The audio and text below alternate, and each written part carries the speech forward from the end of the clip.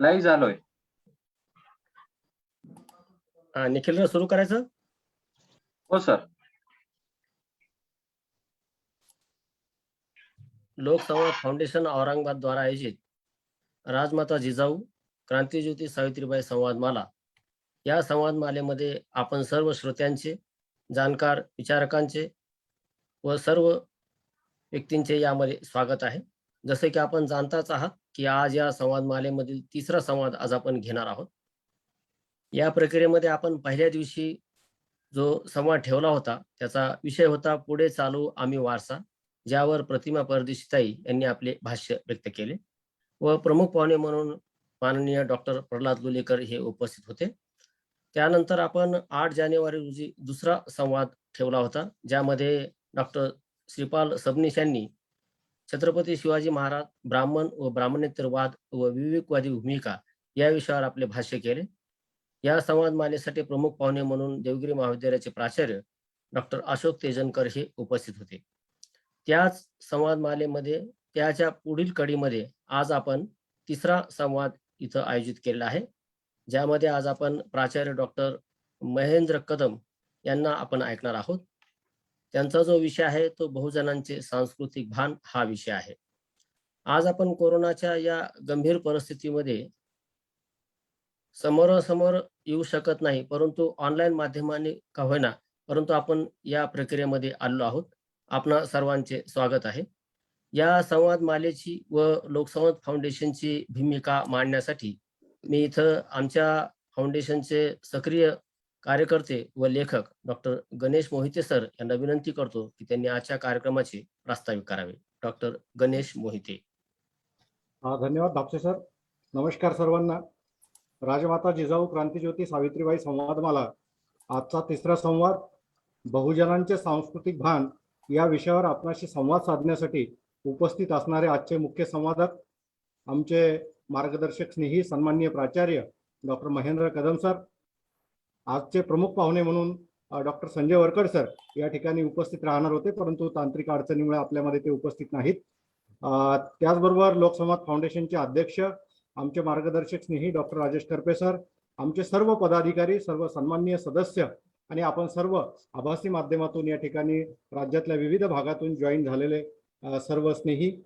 लोकसंवाद ही संस्था मराठवाड्यात बहुजनांच्या सांस्कृतिक चळवळीचे केंद्र व्हावे असा आमचा खरं तर मानस आहे आणि या दृष्टीने आम्ही प्रयत्न करत आहोत. बहुजन समाजाला नीटपणे सामाजिक, वैचारिक व इतिहासाचे सांस्कृतिक भान यावे, आपल्या संचिताला, वारशाला उजागर करता यावे, विवेकाचा, प्रागतिक विचाराचा वारसा पुढील पिढीपर्यंत संक्रमित करता यावा या उद्देशाने लोकसंवाद काही एक कार्यक्रमाची आखणी करीत आहे. मराठवाड्याच्या राजधानीत प्रतिवर्षी ही संवादमाला त्या दृष्टीने एक महत्त्वाचे पाऊल असेल असे आम्ही मानतो. सामाजिक अभ्युदयाचा मार्ग सांस्कृतिक भान व ऐतिहासिक संचिताविषयीच्या जाणीवेतून जातो याचे भान आम्हाला नीटपणे आहे. उथळ प्रसिद्धी आणि समंग लोकप्रियतेच्या मोहात न अडकता इथल्या गोर, गरीब, कष्टकरी, वंचित, शोषित समाजाच्या उत्थानाचा नवा मार्ग वैचारिक सांस्कृतिक पातळीवरून शोधता यावा यासाठी चंदनासम देह झिजवणाऱ्या सामाजिक परिवर्तनाचा, समाज क्रांतीचा लढा लढणाऱ्या सुधारकी विचारवंतांशी वैचारिक नाळ घट्टपणे जोडून घेता यावी, त्या दृष्टीने स्वतःला सजग बनवून आम्ही सामाजिक प्रश्न, अडथळे, प्रदूषके याची किमान चर्चा घडून आणावी या उद्देशाने ही संवादमाला या ठिकाणी आयोजित केलेली आहे आणि या दृष्टीने उत्तरोत्तर वेगवेगळ्या पातळीवरती ही संवादमाला प्रतिवर्षी आम्ही घेणार आहोत आणि ती यशस्वी होईल असाही आम्हाला विश्वास आहे. मित्रहो, 1990 नंतरच्या काळात समाज परिवर्तनाच्या चळवळी थंडावल्या. आपण सर्वजण जाणतोच. फौजाने देशात नवा मध्यमवर्ग तयार झाला आणि हा नवा मध्यमवर्ग जन्माला आल्यानंतर स्वकेंद्री जीवनमानाचा बोलबाला सुरू झाला. सांस्कृतिक आक्रमण नव्या रूपात आमच्या मानगुटीवरती बसले, त्याचा आम्हाला पत्ताही लागला नाही. उलट या नव्या काळाने सांस्कृतिक भेदाच्या सीमारेषा पुसट केल्या, तर बहुजन समाज पाश्चात्य आणि अभिजातांच्या सांस्कृतिक अनुकरणाचा बळी झाला. शिक्षणाच्या माध्यमातून भौतिक परिवर्तन घडून आलेली बहुजनांची फौज स्वतःचे सांस्कृतिक संचित विसरून गेली आणि भान अर्पून अंधानुकरणाच्या आहारी गेली. बहुजन अभिजन सांस्कृतिक सीमारेषा अर्थकारणाने पुसट केल्या आणि नव्या बाजार व्यवस्थेने संबंध जीवन जाणीवेचा ताबा घेतला. बाजार व्यवस्थेमध्ये समूहाचे रूपांतरण करण्याची प्रक्रिया जोरकसपणे सुरू आहे. आणि आम्ही सगळे आपले चेहरे टाकून मुखवटे धारण करून वावरणाऱ्या समूहाचे प्रतिनिधी म्हणून आजकाल वावरू लागलो आहोत. दुसरीकडे अभिजनांनी नव्या माध्यमातून आपला सांस्कृतिक वर्चस्वाचा अजेंडा जोरदारपणे राबवायला सुरुवात केली आहे. बहुजनांची वैचारिक दृष्ट्या अर्ध साक्षर पिढी यास मोठ्या प्रमाणात बळी पडू लागली आहे. बहुजनांचे सांस्कृतिक संचित काय, बहुजनांची राष्ट्रीय संस्कृती कोणती, तिची मूल्य व्यवस्था काय होती, या आणि अशा असंख्य प्रश्नांच्या उत्तरार्थ आम्ही सातत्याने चर्चा करतो आहोत. या काळामध्ये विशेषतः भारताच्या एकूण जडणघडणीचा जर आपण विचार केला तर याविषयी सातत्यानं सुधारणावादी आवाज हा जोरकसपणे उमटलेला आपल्याला दिसून येतो. या प्रवाहातील मंडळींनी आम्ही खऱ्या अर्थाने वैचारिक पातळीवरती आज जोडून घेतले आहे काय, ही फक्त या सगळ्या महापुरुषांना जाती अस्मिता बळकट करून आम्ही जाती जातीमध्ये वाटून घेतल्या अशा पद्धतीनं आमचे कर्तृत्व काय, तर महापुरुषांना जातीत बंदिस्त करण्याचे आमचे कर्तृत्व आहे. आणि म्हणून त्यांनी प्रकट केलेला वैचारिक उत्थानाचा मार्ग आम्ही अवलंब केला नाही. म्हणून तर नवी मूल्य प्रागतिक विचारांचा बोलबाला असूनही सांस्कृतिक पातळीवरती सनातनी संस्कृतीचा उदो आज तागायत चालूच राहिलेला आपल्याला दिसून येतो. सुधारणावादी प्रागतिक विचारांच्या सत्यशोधन चळवळी आल्या आणि गेल्या, समाज मात्र जुन्या मूल्यांना चिटकून राहिला. नवी व्यवस्था आली, संविधानाने नवी व्यवस्था दिली, मात्र आम्ही पूर्णतः नवी मूल्य समाजात रुजवण्यात अपयशी ठरलो आहोत. या उलट गतानुगतिक मूल्य उरी बाळगून जगणारा समूह म्हणून बहुजन समाज मोठा झाला आहे हे लक्षात घ्या. याचे मुख्य कारण काय असेल तर बहुजनांना सांस्कृतिक भान नसणे, स्वतःचा इतिहास आणि सांस्कृतिक संचित विसरणाऱ्या समूहाचे भविष्य हे कायमच अंधकारमय असते. आणि म्हणून याची चर्चा करणे इथे मला आणि आम्हाला सर्वांना महत्वाची वाटते. आणि ती चर्चा घडून यावी यासाठी बहुजनांचे सांस्कृतिक भान असा विषय आज संवादासाठी घेतलाय. आजचे वक्ते माननीय डॉक्टर महेंद्र कदम सर यांनी कलात्मक पातळीवरून तनस या कादंबरीतून अतिशय तात्विक पातळीवरची चर्चा या सगळ्या बहुजनांच्या सांस्कृतिक भानाविषयी केलेली आहे. आणि म्हणून आम्हाला असं वाटलं की ही चर्चा, तात्विक चर्चा या ठिकाणी पुढे घेऊन जाण्यासाठी आपण त्यांना या ठिकाणी आमंत्रित करूयात आणि बहुजनांच्या सांस्कृतिक भानाच्या विषयी काही एक चर्चा या ठिकाणी या माध्यमातून घडून आणावी या उद्देशानं सर आपल्यामध्ये आता जॉईन झालेले आहेत. आपण सर्वजण त्यांचं स्वागत करूया आणि बहुजनांच्या सांस्कृतिक भानाविषयीची मांडणी करण्यासाठी त्यांना मी या ठिकाणी आमंत्रित करतो आणि माझं लांबलेलं प्रास्ताविक थांबवतो. धन्यवाद. भापसे सर. धन्यवाद गणेशराव. जसं की आपण प्रस्तावनेमध्ये पाहिलंच आहे की सध्या परिस्थितीवर भाष्य करणे आज फार गरजेचं झालेलं आहे. ज्या प्रकारचा सांस्कृतिक आतंकवाद, ज्याला आपण सांस्कृतिक दहशतवाद म्हणतो, त्याद्वारे काही लोक आपला स्वार्थ साधण्याचा प्रयत्न करत आहात. अशा प्रक्रियेमध्ये बहुजनांचं स्थान कुठं आहे हे निश्चित करणं अपेक्षित आहे, त्याच्यावर भाष्य करणं अपेक्षित आहे. महेंद्र कदम सरांचं लेखन तर आम्ही फार वाचलेलं आहे, परंतु प्रत्यक्ष ऐकण्याचा योग आज येत आहे. त्यांचा मी परिचय करून देण्यासाठी आमच्या फाउंडेशनचे सदस्य बंडू सोमवंशी सर यांना विनंती करतो की त्यांनी प्रमुख पाहुण्यांचा परिचय करून द्यावा. बंडू सोमवंशी.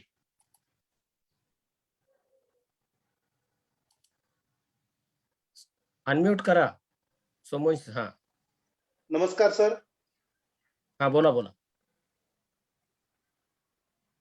फुलांचा, सुगंधित वस्तूंचा आणि कर्मनिष्ठ व्यक्तींचा परिचय करून देण्याची आवश्यकता नसते.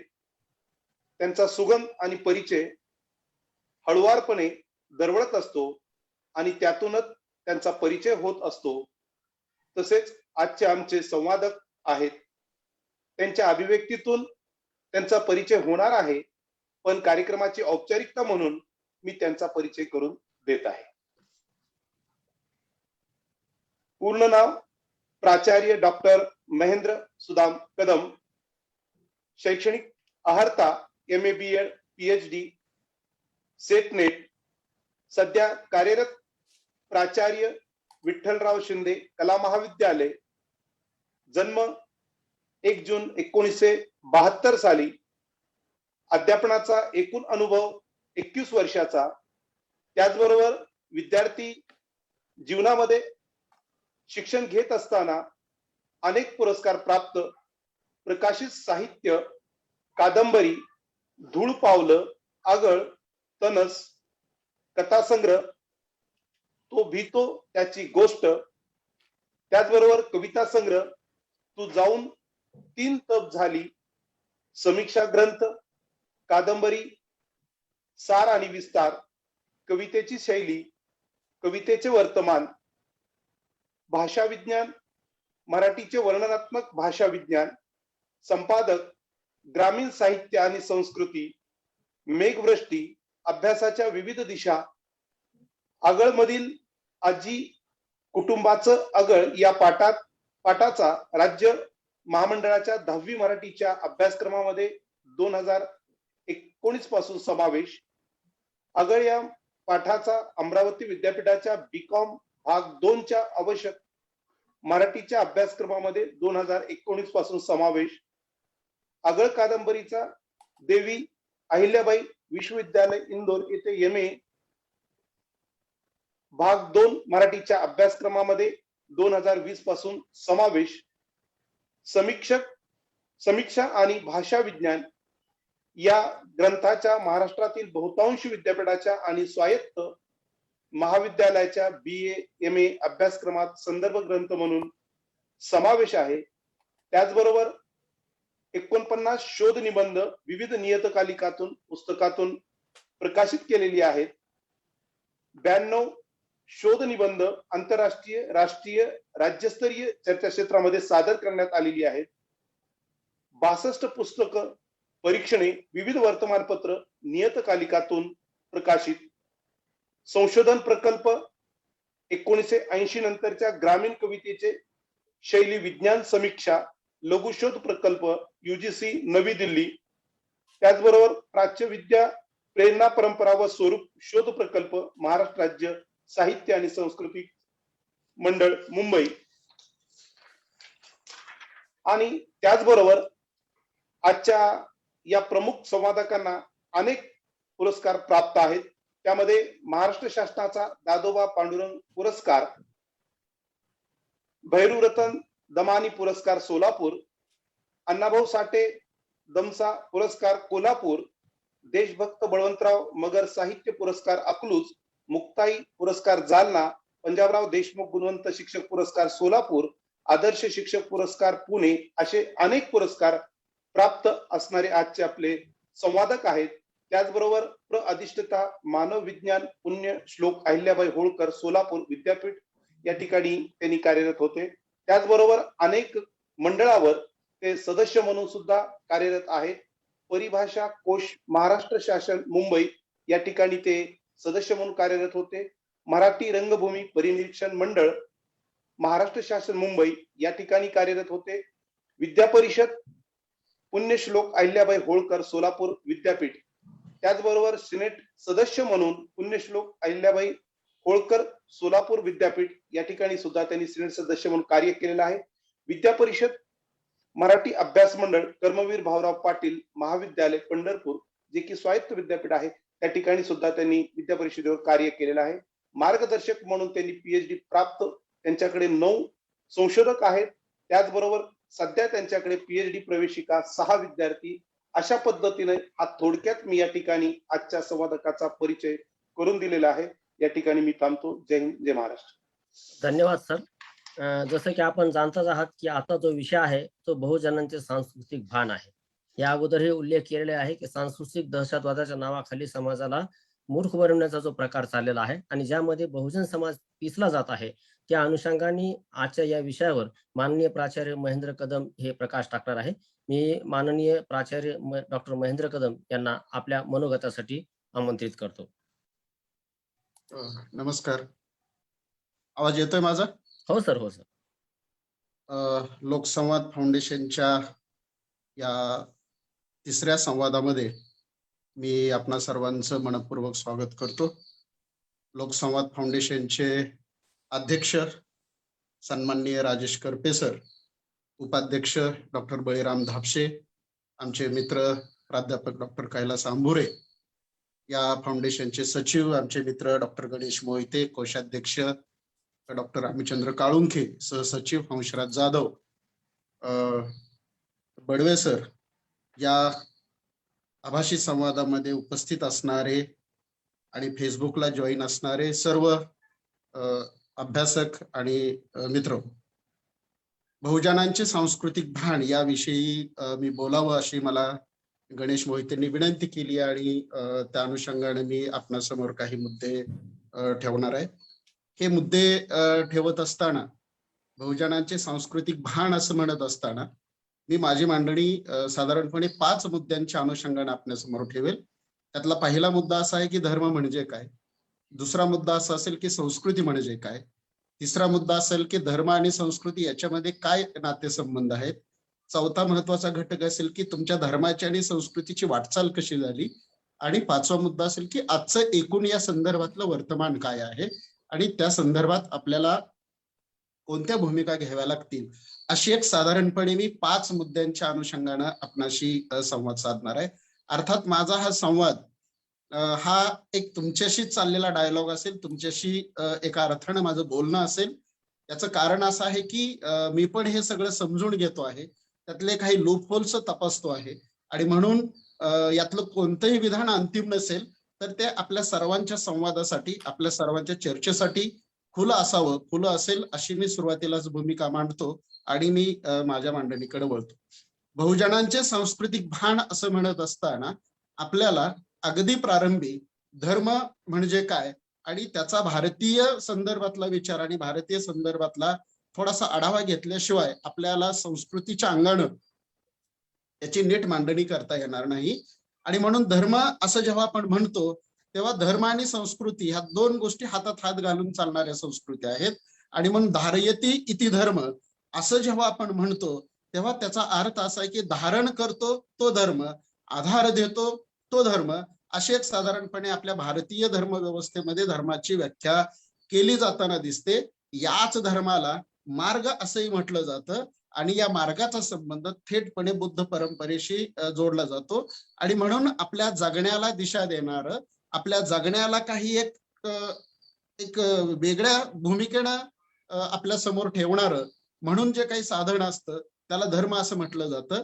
या धर्माच्या संदर्भातली, विशेषतः वैदिक धर्माच्या संदर्भातलं अत्यंत मूलभूत संशोधन ज्यांनी केलं त्या पंजाबराव देशमुखांनी धर्माची व्याख्या करताना असं म्हटलेलं आहे की धर्म ही आदिमानवाची त्या काळातली मानसिक गरज होती आणि त्या मानसिक गरजेतून धर्माचा विकास झालेला आहे असं जेव्हा पंजाबराव देशमुख म्हणतात तेव्हा त्या धर्माचं विश्लेषण करणं आणि मग जेव्हा पुढच्या टप्प्यावरती आधुनिक काळामध्ये आजच्या एकूणच जागतिक धर्माच्या अनुषंगानं जेव्हा युवाल नोआ हरारी सारखा एक अत्यंत महत्वाचा अभ्यासक जेव्हा असं म्हणतो की धर्म हा अतिमानवी आहे, असे सगळेच धर्म व्यक्ती मानायला लागतात.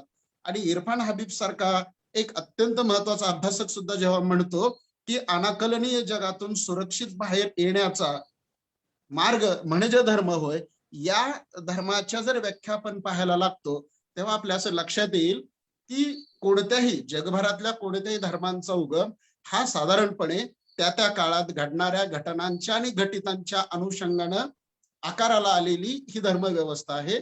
आणि म्हणून जेव्हा पंजाबराव देशमुख धर्माला मानसिक गरज असं म्हणतात किंवा तुमच्या अनाकलनीय जगण्यातून सुरक्षितपणे बाहेर पडण्याची प्रक्रिया किंवा बाहेर पडण्याचा मार्ग म्हणजे धर्म असं जेव्हा इरफान हबीब म्हणतात तेव्हा आपल्याला धर्माचं स्वरूप जे प्राचीन भारतीय वैदिक धर्मापासून किंवा अवैदिक धर्मापासूनचा जर आपण विचार करायला लागलो तर आपल्याला असं लक्षात येईल की ज्या आदिमानवाने या धर्माची स्थापना केली त्या आदिमानवाला हे जे अवतीभोवतीचं संपूर्ण अनाकलनीय जग होतं, ज्याच्यामध्ये अचानक पाऊस पडणं असेल, ज्याच्यामध्ये अचानक उन्हाळा येणं असेल, ज्याच्यामध्ये अचानक जंगलाला वणवं पेटणं असेल, मृत्यूसारख्या घटना असतील, या सगळ्या घटनांचे अन्वयार्थ लावत असताना त्याच्यातून जी एक जीवनशैली आकाराला आली त्या जीवनशैलीला किंवा त्या जीवनशैलीच्या नियम व्यवस्थेला साधारणपणे आपल्याला धर्म म्हटलं गेलेलं असं दिसून येतं.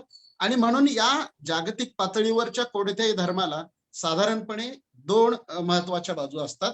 त्यातली एक बाजू असते ती सकारात्मकतेची बाजू असते आणि दुसरी धर्माची बाजू असते ती नकाराची बाजू असते. सकारात्मक बाजू म्हणजे साधारणपणे आपल्या दैनंदिन जगण्यापासून आपल्या मानसिक गरजापर्यंतची जी एक जगण्याची परंपरा निर्माण होते किंवा चौकट निर्माण होते, त्या परंपरेला किंवा त्या चौकटीला आपण सकारात्मक धर्माची बाजू आपण म्हणूया. पण जेव्हा काही अनाकलनीय प्रश्न निर्माण होतात त्यांची कोणतीच उत्तर सापडत नाहीत आणि या अशा अनाकलनीय प्रश्नांच्या शोधासाठी जेव्हा काही नकारात्मक बाजू निर्माण होतात आणि त्याच्यातून जादूटोणा, धर्म, मंत्र यासारख्या गोष्टी आकाराला येतात, त्याला एक साधारणपणे नकाराची बाजू धर्माला असते हे आपल्याला लक्षात येईल.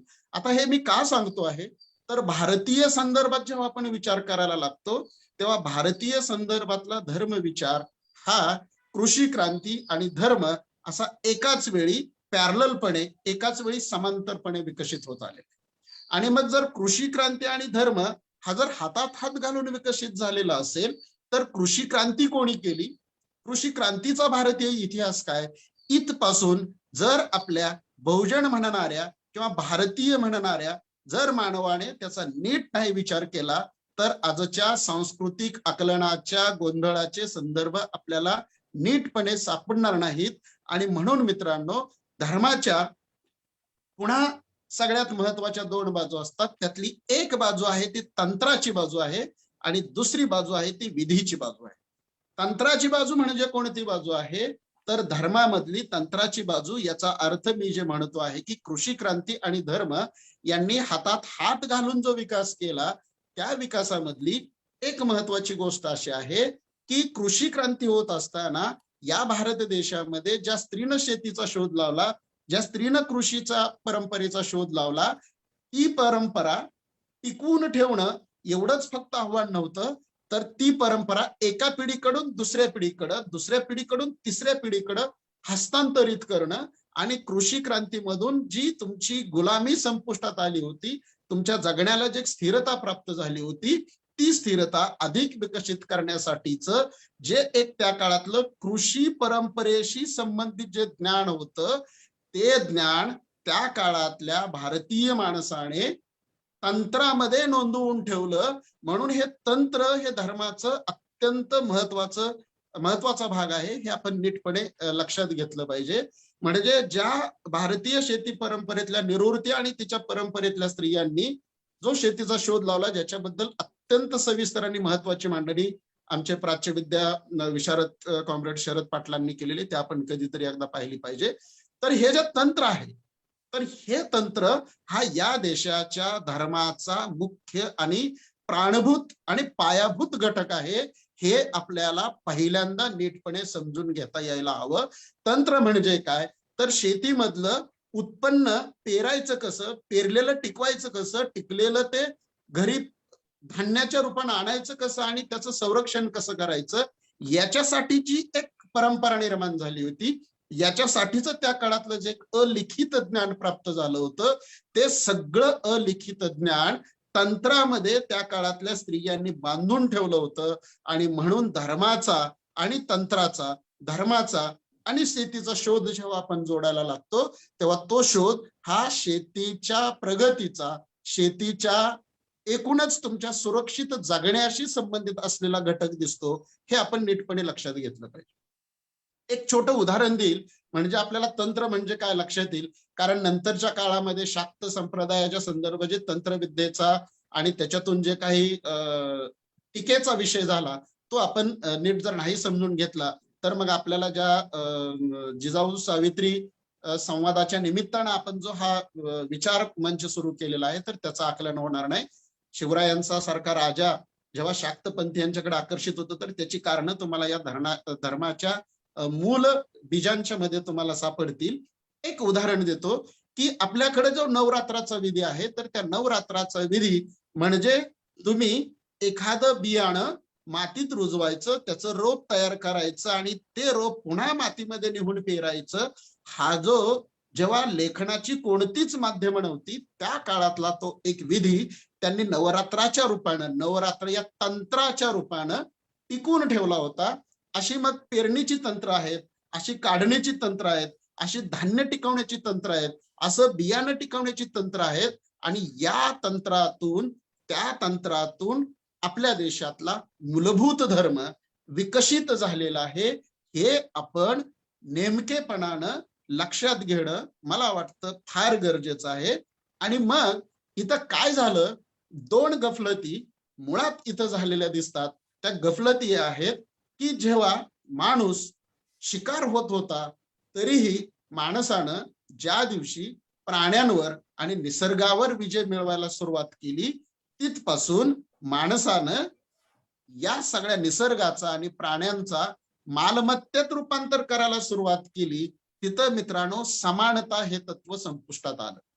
म्हणजे माझ्याकडे अमुक एवढी जमीन आहे, माझ्याकडे अमुक एवढ्या गायी आहेत, माझ्याकडे अमुक इतके बैल आहेत, हे जेव्हा मानवानं सुरू केलं तेव्हा तिथं असमानतेचा धर्म सुरू झालेला आपल्याला दिसून येतो. नंबर 1. नंबर 2, अत्यंत महत्वाची गोष्ट की आपण जरी कृषी क्रांती असं म्हणत असलो तर या कृषी क्रांतीनं मानवाला गुलाम केलेला आहे हे आपण विसरून गेलेलो आहोत. गुलाम कुठल्या अर्थाने केलं तर माणूस शेतीसाठी स्थिर झाला, त्याने वस्ती स्थापन केली, वस्तीच्या संरक्षणाचा प्रश्न आला, त्यातून त्या वस्तीचा प्रमुख ज्याला मुखिया म्हटलं जातं, नंतर तो सरपंच झाला, तो वर्ग तयार झाला.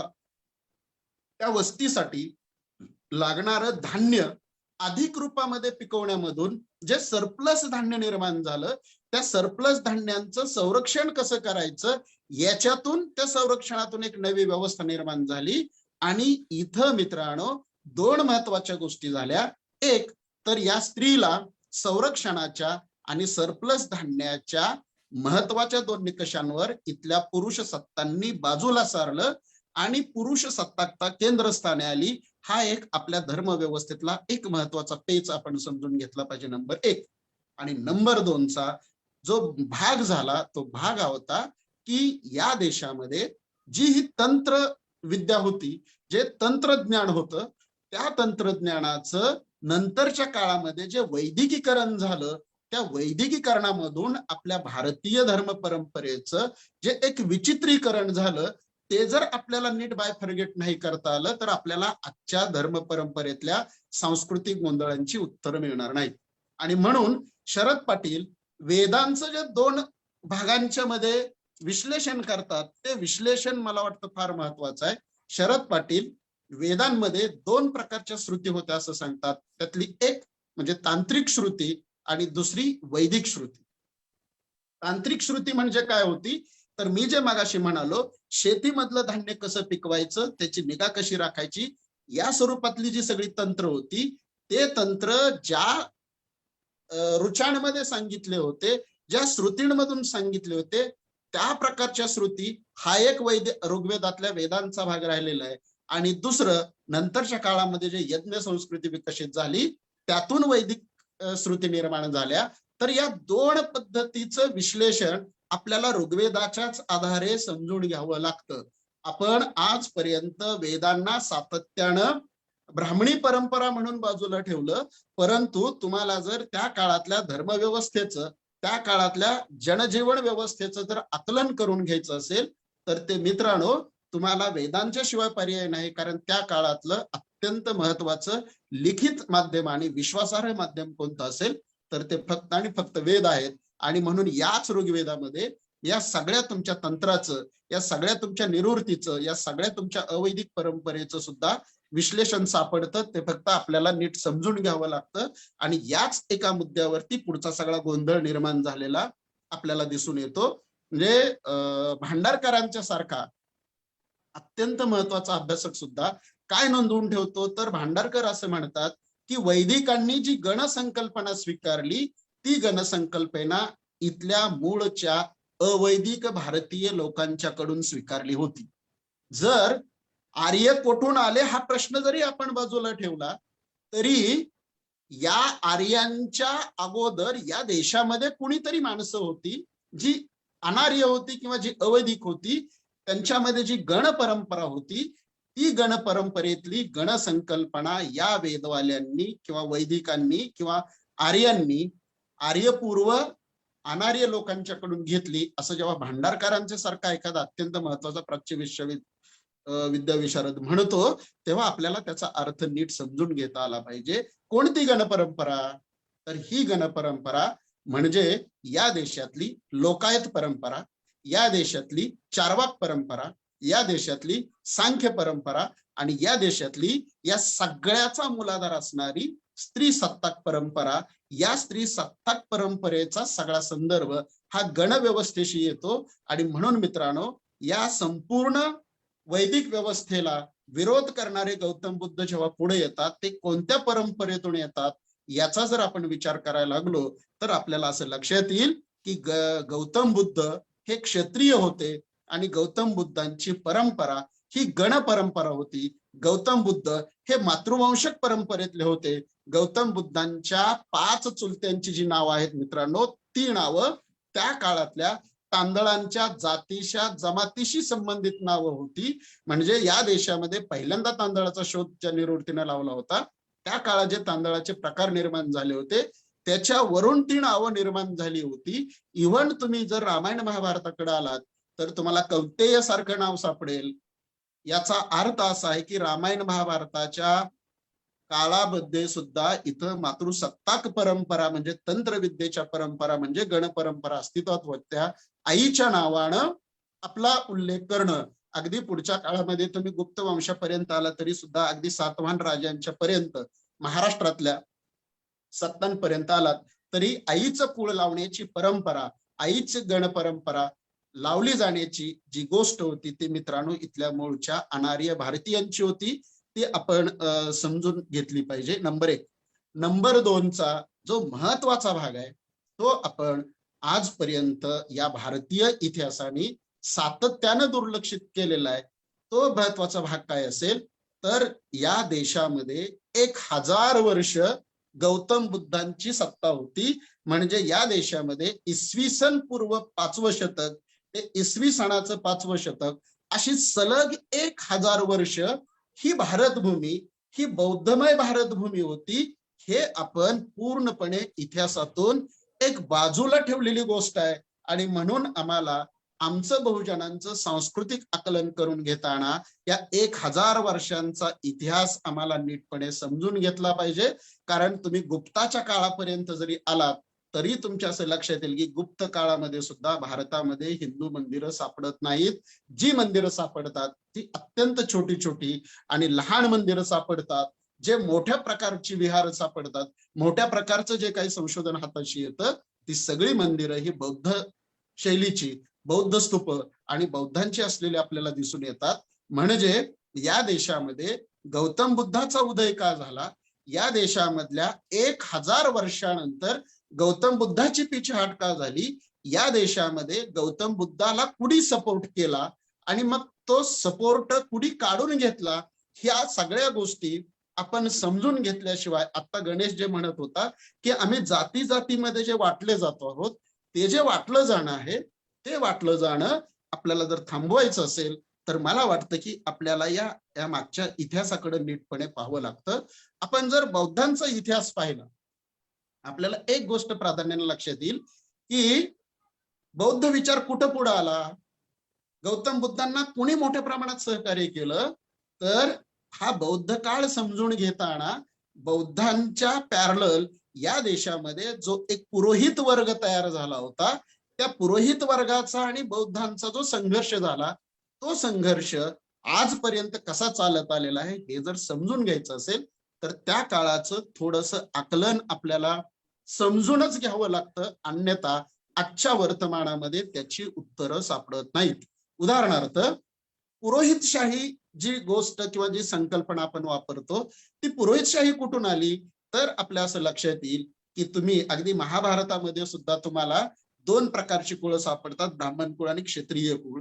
अगदी त्या काळापर्यंत कोणताही माणूस ब्राह्मण होत होता आणि कोणताही माणूस राजा होत होता. तुम्ही मूषक नावाचा मातंग राजा असल्याचे अनेक पुरावे डॉक्टर बाबासाहेब आंबेडकरांच्या पासून ते शरद पाटलांच्या पर्यंत अनेकांनी दिलेल्या, त्या तपशिलामध्ये मी जाणार नाही. परंतु आपल्याला हे लक्षात घेतलं पाहिजे की पुरोहितशाही कुठं निर्माण झाली, जेव्हा ऋग्वेदाचा कालखंड मागे पडत गेला, आर्य आणि अनार्यांचे संघर्ष वाढत गेले आणि या आर्य अनार्यांच्या संघर्षामधून जेव्हा या देशातला, खरं तर देश म्हणता येणार नाही कारण देश नावाची संकल्पना ब्रिटिशांच्या आगमनानंतरच्या अगोदर देश म्हणून किंवा राष्ट्र म्हणून आपलं भारत भूमी राष्ट्र म्हणून कधीच नव्हती. तर या ज्या भारतीय भूमीवर जे राजे होते त्या राजांनी जेव्हा आपलं राजेपद परंपरेनं आपल्याच मुलाकडे द्यायला सुरुवात केली तेव्हा तिथं जो संघर्ष निर्माण झाला तिथून मित्रांनो पुरोहितशाही या देशामध्ये जन्माला. म्हणजे जे पुरोहितशाही करणारे वर्ग होते, म्हणजे अगदी परवाचंच उदाहरण द्यायचं झालं तर जेव्हा विठ्ठल रुक्मिणी मंदिर समिती जेव्हा शासनाच्या ताब्यात गेली आणि शासनाने असा निर्णय घेतला की इथं ज्यांना कोणाला पुजारी पण करायचंय तो कोणत्याही जाती धर्मातला माणूस परीक्षा देईल आणि त्याच्यामध्ये पात्र ठरेल, तो तिथं पूजेचा त्याला मान मिळेल. ही गोष्ट का करावी लागली त्याचं उत्तर आपल्याला इथं मिळतं. त्या काळामध्ये पुरोहितशाही करणारा जो एक वर्ग होता, त्या वर्गाच्या असं लक्षात आलं की जर या भूमीवरचा क्षत्रिय म्हणणारा राजा जर आपला वारसा परंपरेनं मुलाकडे देत असेल तर पौरोहित्याचा सुद्धा आपला वारसा परंपरेनं आपण आपल्याच मुलाकडे द्यायला हवा. आणि तिथून मित्रांनो या देशामध्ये पुरोहितशाहीचं प्राबल्य वाढलेलं आपल्याला दिसून येतं. का वाढलं तर त्याचं कारण आहे की मी राजा आहे आणि मी राजा आहे तर माझ्या मुलाला राजा म्हणून कोण समाजापुढे घोषित करणार, तर ते घोषित करण्यासाठी पुरोहित लागत होता. आणि नेमका हा जो तात्विक पेच होता त्या पेचाचा बरोबर पुरोहित वर्गाने फायदा घेतला आणि आपल्या पुरोहितशाहीचं वर्चस्व या देशामध्ये निर्माण केलं की ज्याला ब्राह्मण युग असं स्वतंत्रपणे म्हटलं जातं. तर ते वर्चस्व कधी निर्माण झालं आणि या वर्चस्वामध्ये जेव्हा राजसूय यज्ञ सुरू झाले त्या राजसूय यज्ञापासून हे वर्चस्व निर्माण झालेलं दिसतं. आणि ते का झालं तर माझा मुलगा पुरोहित व्हावा. आणि म्हणून मित्रांनो त्या काळात यज्ञाचे शेकडो प्रकार, म्हणजे तुम्ही जर ऋग्वेदाच्या नंतर जे वेगवेगळे वेद आले, अथर्ववेद वेदांमध्ये मानला जात नव्हता कारण तो तांत्रिकांचा वेद आहे आणि तो तांत्रिकांचा वेद म्हणजे मी मागाशी म्हणतो आहे त्या बौद्ध आणि या सगळ्या वेगवेगळ्या परंपरांचा वेद आहे, म्हणून त्या अथर्ववेदाला या 3 वेदामध्ये स्थान नव्हतं. तर हे जे सगळं पुरोहितशाहीचं जे वर्चस्व होतं ते वर्चस्व याच्यातून निर्माण झालं की माझं राजेपण तुम्ही जसं टिकवण्यासाठी धडपडत आहात तसं माझं पुरोहितत्व टिकवण्यासाठी हे जे सगळे मौखिक यज्ञविधी केले जात होते त्याच्यामध्ये जितकी म्हणून किचकट गोष्टी आणता येतील तितकी किचकटता आणली गेली. आणि त्या किचकटतेमधून या पुरोहित वर्गानं आपलं स्वतःचं वर्चस्व या मोठ्या प्रमाणात क्षत्रिय वर्गावरती निर्माण केलं. आणि तिथून या देशामध्ये क्षत्रिय आणि ब्राह्मण किंवा क्षत्रिय आणि पुरोहित असा एक संघर्ष, असा एक लढा सुरू झाला. अगदी त्या काळात सुद्धा तो लढा जाती आणि धार्मिक नव्हता तर तो सत्तांचा लढा होता. हे पण आपण नीटपणे समजून घ्यायला पाहिजे.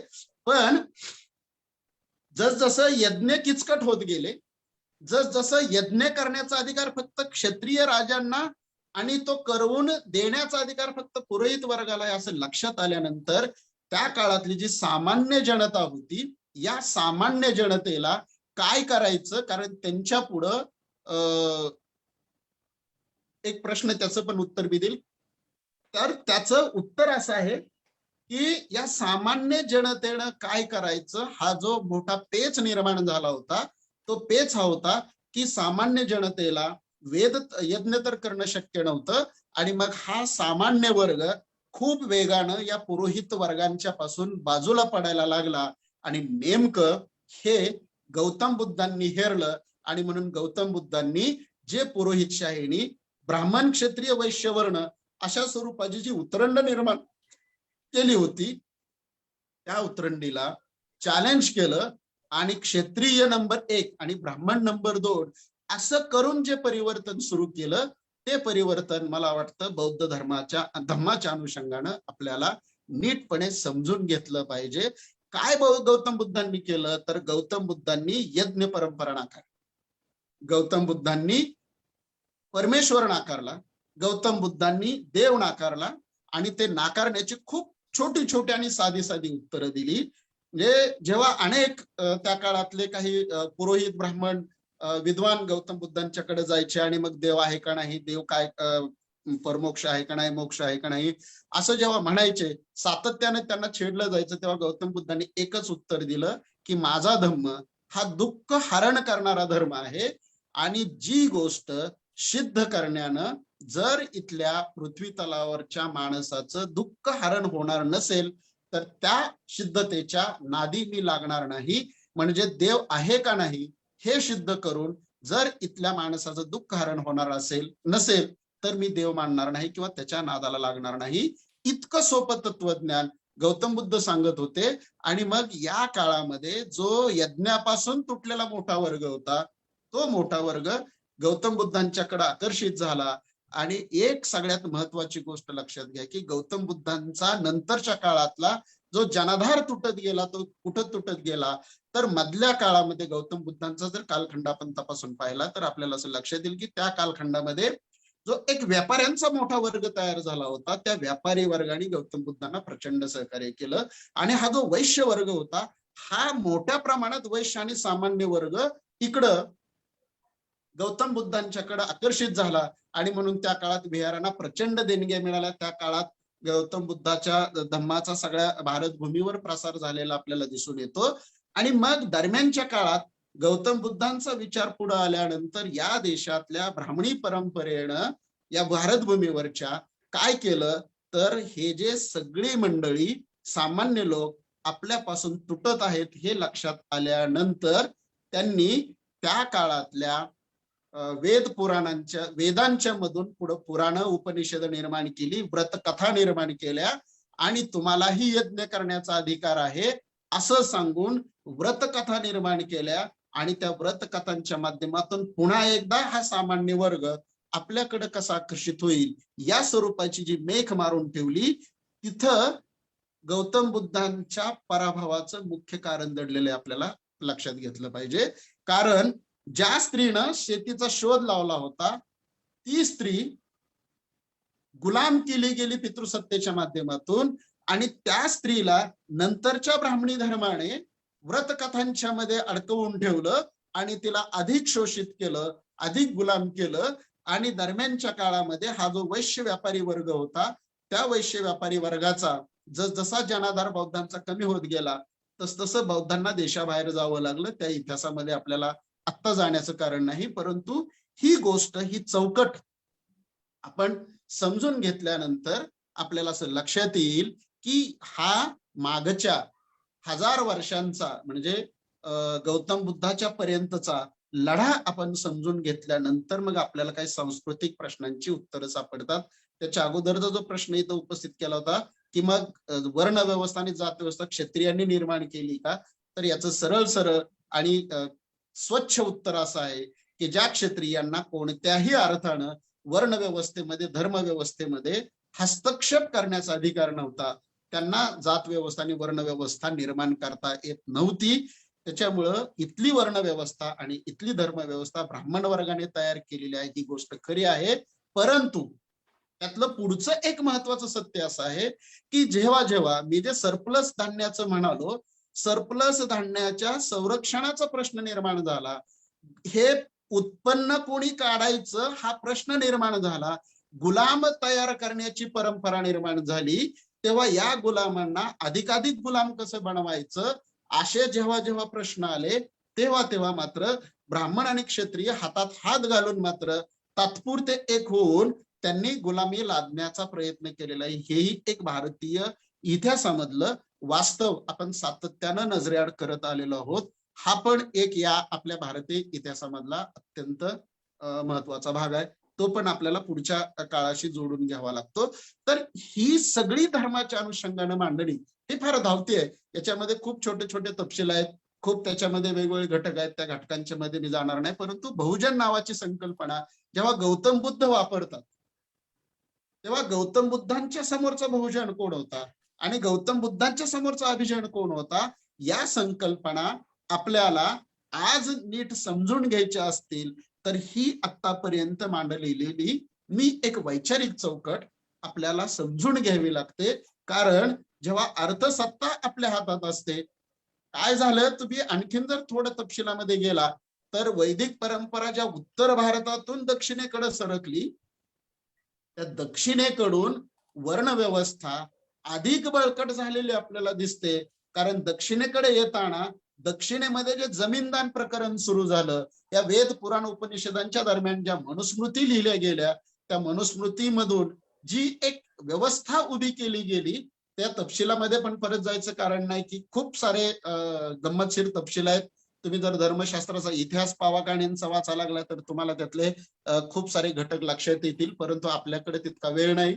आपल्याला ते पुढं जोडून घेणं महत्वाचं आहे. म्हणजे हे मी का सांगितलं, बहुजनांचं सांस्कृतिक भान असं म्हणत असताना जर इथं इसवी सणाच्या 5व्या शतकापर्यंत हिंदू नावाची संकल्पनाच अस्तित्वात नाही. हिंदू नावाची संकल्पना कुठं अस्तित्वात आली हे जर आपण लक्षात घेतलं तर आपल्या असं लक्षात येईल की ही जी एक चौकट निर्माण झाली ती चौकट मोडून काढताना जे काही इथं स्थित्यंतर झाली ती स्थित्यंतर आपल्याला समजून घ्यावी लागतात.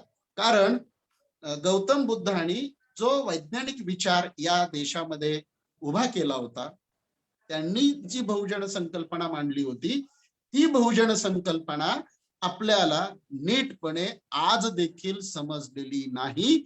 बहुजन या शब्दामध्ये क्षत्रियापासून ते अगदी दासदस्यू पर्यंतचे सगळे घटक बहुजन या संकल्पनेमध्ये येतात. या स्वरूपाचं जे अत्यंत तात्विक आणि त्या काळाला साजेसजे मांडणी, म्हणजे तुम्हाला आणखीन एक उदाहरण देईल म्हणजे आपल्या लक्षात येईल की आपण हे का समजून घेतलं नाही. आपण भाषेचे, साहित्याचे, संस्कृतीचे अभ्यासक आहोत. म्हणजे गौतम बुद्ध आणि त्यांची परंपरा किती शास्त्रीय पातळीवर विचार करत होती याचं एक सूक्ष्म आणि अत्यंत महत्वाचं मी भाषिक उदाहरण तुम्हाला देईल. जेव्हा देव आणि धर्म या संकल्पना, जसं मी मगाशी म्हणालो युval नोआ हरारी असं म्हणतो की या सगळ्या अतर्क्य गोष्टी आहेत आणि मग जर त्या अतर्क्य आणि आततायी असतील तर त्यांच्यावर मानवाचं कंट्रोल नसतं आणि मग त्या जर अशा वरून पडलेल्या असतील असं जर इथले धर्मवेत्ते म्हणत असतील तर तेच या देशामध्ये वैदिक परंपरा प्रमाण मानणारे असं म्हणत होते की शब्दांना असणारा अर्थ हा दैवी आहे आणि म्हणून देव ही संकल्पना दैवी आहे, वेद ही संकल्पना दैवी आहे, म्हणून वेदांची वाणी ती देववाणी असं एक चित्र निर्माण करून देव दैवी आहे, धर्म दैवी आहे आणि या धर्मानंच आपल्या देशामध्ये व्यवस्था निर्माण केलेली आहे, चातुर्वर्ण व्यवस्था.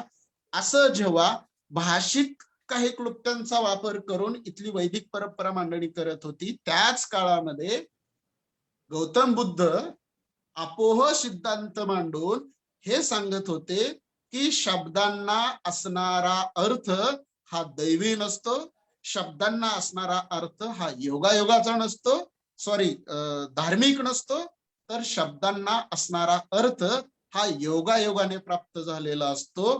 त्याचं कोणत्याही अर्थानं आपल्याला धार्मिकीकरण करता येणार नाही, कोणत्याही अर्थानं आपल्याला त्याचं वैदिकीकरण करता येणार नाही, असं अपोह सिद्धांताची मांडणी करून. म्हणजे आज जर काही इंग्रजी भाषा अभ्यासक जर इथं आपल्याला बाख्तींपासून ते पुढच्या कालापर्यंत ज्या सगळ्या संरचनावादांच्या थिअरी आपण ज्या मांडतो आहोत मित्रांनो, त्या सगळ्या थिअरींचे संदर्भ तुम्हाला गौतम बुद्धाच्या अपोह सिद्धांतामध्ये आणि पुढे जाऊन नागार्जुनाने मांडलेल्या अपोह सिद्धांताच्या विकसित सिद्धांत जो आहे शून्यवाद, त्या सिद्धांतामध्ये तुम्हाला सापडतात. म्हणजे मला एक चौकट निर्माण करायची आहे तर त्या चौकटीचा पाया किती पातळ्यांच्यावर वैज्ञानिक असायला हवा याचं अत्यंत उत्तम उदाहरण म्हणजे बहुजन संकल्पना स्वीकारणाऱ्या आणि नीटपणे मांडणाऱ्या बुद्ध विचारामध्ये आहे. तो बुद्ध विचार आपल्याला पुन्हा पुन्हा बहुजनांना केंद्रस्थानी आणावा लागेल तर तुम्हाला हिंदुत्व आणि हिंदू यातल्या ज्या काही मखलाशी आज केल्या जाताना दिसत आहेत त्याची उत्तरं तुम्हाला त्याचे पेच सोडवता येणार नाहीत. आणि म्हणून मी म्हणतो आहे की हे समजून घेतल्यानंतर मी पुन्हा दुसऱ्या टप्प्यावर आल्यानंतर मग संस्कृती नावाची गोष्ट पुढे येताना दिसते. आणि मग संस्कृतीचं विश्लेषण करताना काय केलं जातं तर संस्कृतीला सिव्हिलायझेशन, संस्कृतीलाच कल्चर असं म्हटलं जातं, त्याला सभ्यता किंवा संस्कृती असं म्हटलं जातं. आणि ही सभ्यता कुठं लक्षात येते तर ही सभ्यता तुम्हाला तुमच्या ज्ञानामध्ये दिसून येते, ही सभ्यता तुम्हाला तुमच्या विश्वासांमध्ये, ज्याला बेलीफ असं म्हटलं जातं, लोकविश्वासांमध्ये, त्याच्यात दिसून येते. ही सभ्यता तुम्हाला आर्ट्स मध्ये दिसून येते, ही सभ्यता तुम्हाला कल्चर, कस्टम आणि कल्चर मध्ये दिसून येते, ही सभ्यता तुम्हाला मॉरल मध्ये आणि ही सभ्यता तुम्हाला कायद्यांमध्ये दिसून येते. आणि म्हणून लिंटन नावाचा एक विचारवंत संस्कृतीची व्याख्या करताना असं म्हणतो की सामाजिक संस्कृती म्हणजे सामाजिक आनुवंशिकता होय. आता इथं या व्याख्या तुमच्यासाठी मी का नोंदवतो आहे माझं जे म्हणणं आहे हे म्हणणं आपल्याला नीटपणे लक्षात यावं. जेव्हा लिंटन असं म्हणतो की सामाजिक अनुवंशिकता आहे आणि लोई सारखा विचारवंत म्हणतो की सामाजिक परंपरेचे सामग्र्य म्हणजे संस्कृती होय, किंवा पंडित जवाहरलाल नेहरू संस्कृतीची व्याख्या करताना असं म्हणतात की मानवाचा आंतरिक विकास व नैतिक उन्नती म्हणजे संस्कृती होय, असं जेव्हा म्हटलं जातं तेव्हा या संस्कृतीच्या व्याख्यांचा विचार करताना सामाजिक अनुवंशिकता कोणती, सामाजिक वांशिकतेची सामग्र्य परंपरा कोणती, हे आपल्याला समजून घेतलं पाहिजे. आणि मग ते समजून घेताना आपल्याला इरावती कर्वे संस्कृतीचं 2 अंगाने विश्लेषण करताना दिसून येतात. ती 2 अंग म्हणजे एक भौतिक संस्कृती आणि दुसरी चेतन किंवा मनोमय संस्कृती. संस्कृतीची अशी 2 महत्वाच्या टप्प्यांमध्ये इरावती कर्वेंनी त्याचं विश्लेषण केलेलं आहे. आता हे भौतिक संस्कृती म्हणजे काय, तर माझ्या वेशभूषेपासून जे जे स्थिर आहे, जे जे न बदलणार आहे, त्याचा सगळ्याचा समावेश भौतिक संस्कृतीमध्ये इरावती करतात. आणि चल संस्कृती, मनोमय संस्कृती असं म्हणतात. तेव्हा तुमचं ज्ञान, तुमच्या सामाजिक अनुवंशिकता, तुमचे कायदे, या सगळ्या गोष्टींचा समावेश तुमच्या चेतन संस्कृतीमध्ये त्याचा समावेश होतो. ही चेतन संस्कृती आपल्या देशामध्ये कधीही एक नव्हती. रोमिला थापर संस्कृतीच्या संदर्भातलं एक अत्यंत महत्वाचं स्टेटमेंट करतात. ते स्टेटमेंट असं आहे की रोमिला थापर असं म्हणतात की सभ्यता आणि सांस्कृतिक संघर्ष या 2 पातळ्यांवर त्या संस्कृतीचा विचार करताना असं म्हणतात की संस्कृती ही इतिहासापेक्षा अधिकचं ज्ञान देत असते. आणि या देशामध्ये, या भूमीमध्ये म्हणता येईल की या भारतीय भूमीमध्ये भारताची म्हणून एक संस्कृती नव्हती. इथं 2 संस्कृती, इथं संघर्ष करणाऱ्या संस्कृती होत्या. आणि त्या संघर्षाच्या संस्कृतीमध्ये आपण कोणत्या बाजूचे आहोत याचं भान आपल्याला ठेवता आलं पाहिजे. आणि म्हणून हे भान ठेवताना आपण जेव्हा पुढच्या टप्प्यावरती येतो तेव्हा महत्वाचा जो भाग येतो तो हा येतो की अभिजन कुणाला म्हणायचं, बहुजन कुणाला म्हणायचं. कारण मी पुन्हा म्हणतो आहे, हे क्षत्रियांनी, हे ब्राह्मण वर्गाने आणि हे सगळ्याच माणसांनी लक्षात ठेवावं की जर या देशामध्ये प्रारंभीच्या इतिहासापासून जर कोणीही पुरोहित होत होता, कोणीही राजा होत होता, तर या देशामध्ये प्युअरिटी नावाची, या देशामध्ये शुद्धतेच्या नावाची संकल्पना राहिलेली आहे काय, हा एक अत्यंत महत्वाचा प्रश्न. कारण या शुद्धतेच्या अनुषंगानं जे एक मोठं प्रश्न अभिजन उपस्थित करतात आणि एका मोठ्या बहुजन वर्गाला या एका मोठ्या क्षेत्रापासून वंचित ठेवलं जातं, त्याचं उत्तर आपल्याला याच्यामध्ये नीटपणे शोधावं लागतं की कोणती संस्कृती, तर जी संस्कृती या देशातल्या तंत्रज्ञानातून म्हणजे शेतीच्या तंत्रातून पुढे आलेले, जी संस्कृती या देशातल्या लोकाचारवाकातून आणि बौद्ध परंपरेतून पुढे आलेली आहे, ती संस्कृती हा या देशाचा मूळचा कणा आहे. वैदिकांनी निर्माण केलेली संस्कृती हा देशाचा कणा नाही. हे आपल्याला बहुजनांना पुन्हा पुन्हा नीट सांगावं लागेल. आणि ते सांगायचं असेल तर मी कोणत्या जातीचा यापेक्षा मी कोणत्या विचारधारेचा आहे हे आपल्याला समजून घेणं गरजेचं आहे. त्याचं कारण आहे मित्रांनो की हा गोंधळ का झाला, तर या गोंधळाचं एक सगळ्यात महत्वाचं उत्तर असं आहे की भारतीय माणसाला अद्यापही इतिहासाचं भान, इतिहासाचं आकलन आणि इतिहासाचं महत्व नीटपणे कळालेलं नाही. आणि म्हणून भारतीयांचा इतिहास हा सातत्यानं गोंधळाचा आणि एका वेगळ्या दिशेने जाणारा इतिहास निर्माण झालेला आहे, हे आपल्याला लक्षात घेता आलं पाहिजे. उदाहरण सांगतो तुम्हाला.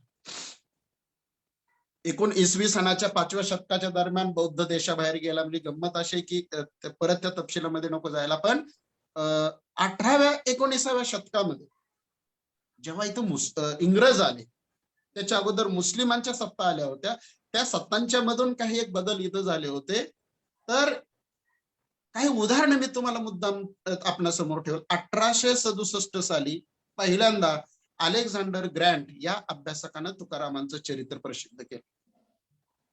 1907 साली GS वेस्टकोट या एका अभ्यासकानं कबीर अँड हिज कबीर पंथ नावाचा ग्रंथ प्रकाशित केला. 1930 मध्ये जस्टिन नावाच्या पुन्हा युरोपियन अभ्यासकांनी द लाईफ ऑफ तुकाराम नावाचा ग्रंथ प्रकाशित केला. 1874 साली या देशामध्ये वेदांच्या संदर्भातली पहिली अत्यंत महत्वाची 7 भाषणं मॅक्स मुलरनं दिली आणि तिथं आर्यन सिद्धांत नावाची थेअरी जन्माला आली. एक मुद्दाम इंग्रजांचा संदर्भ आठवला म्हणून सांगतो. या देशामध्ये इंग्रज व्यापारी बनून आले आणि राज्यकर्ते बनले असं जेव्हा आपण म्हणतो तेव्हा त्या अर्धसत्य विधानातलं आपण पूर्ण पुढचं सत्य सातत्याने विसरत आहोत. ते सत्य काय आहे?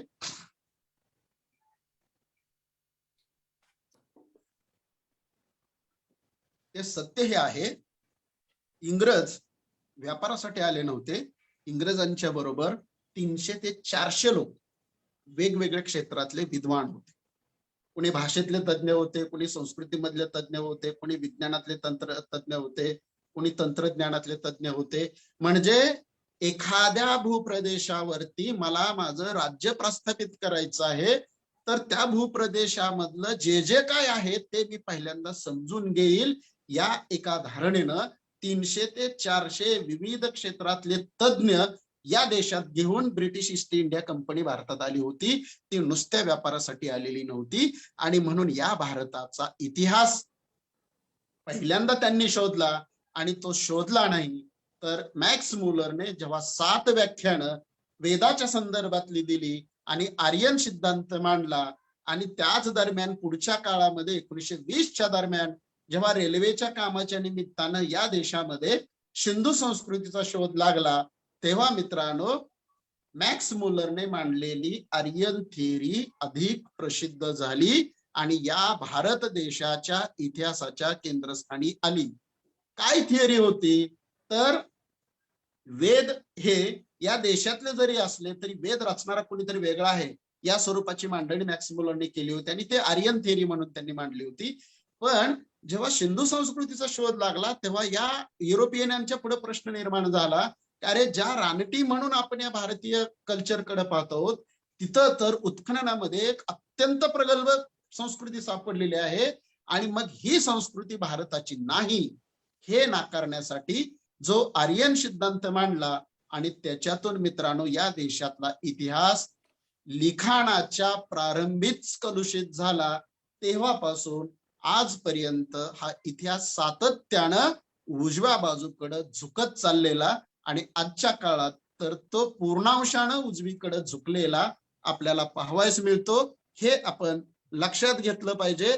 कारण 1874 एशियाटिक सोसायटीची स्थापना झाल्यानंतर तिथं ज्या इतिहासाचे शोध घेण्यात आले ते शोध घेत असताना सगळे शोध हे ब्रिटिश धार्जिणी, सगळे शोध हे युरोप धार्जिणी मांडण्यात आले आणि मग तो इतिहास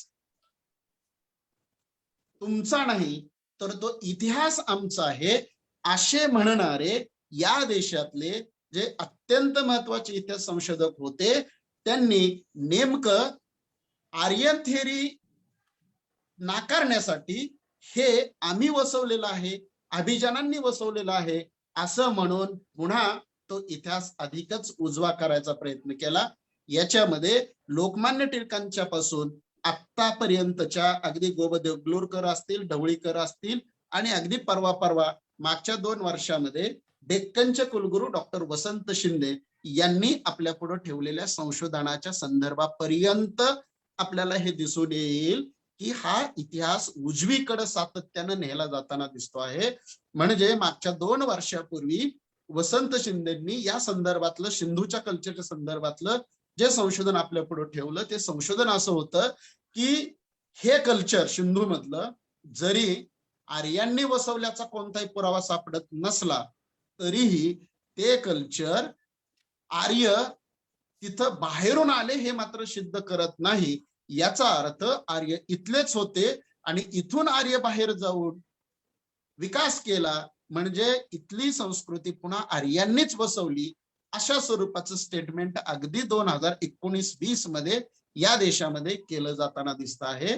आणि म्हणून मी जे अभिजान ही जी संकल्पना म्हणतो आहे ती संकल्पना तुम्ही चूक कुठं झाली हे पण मी पुढे आल्यानंतर सांगणार आहे की आपल्याला बहुजनाला हे जातीमध्ये सातत्यानं कन्वर्ट करून जे राजकारण केलं जातं ते समजून घेण्यासाठीची फार महत्वाची गोष्ट आहे.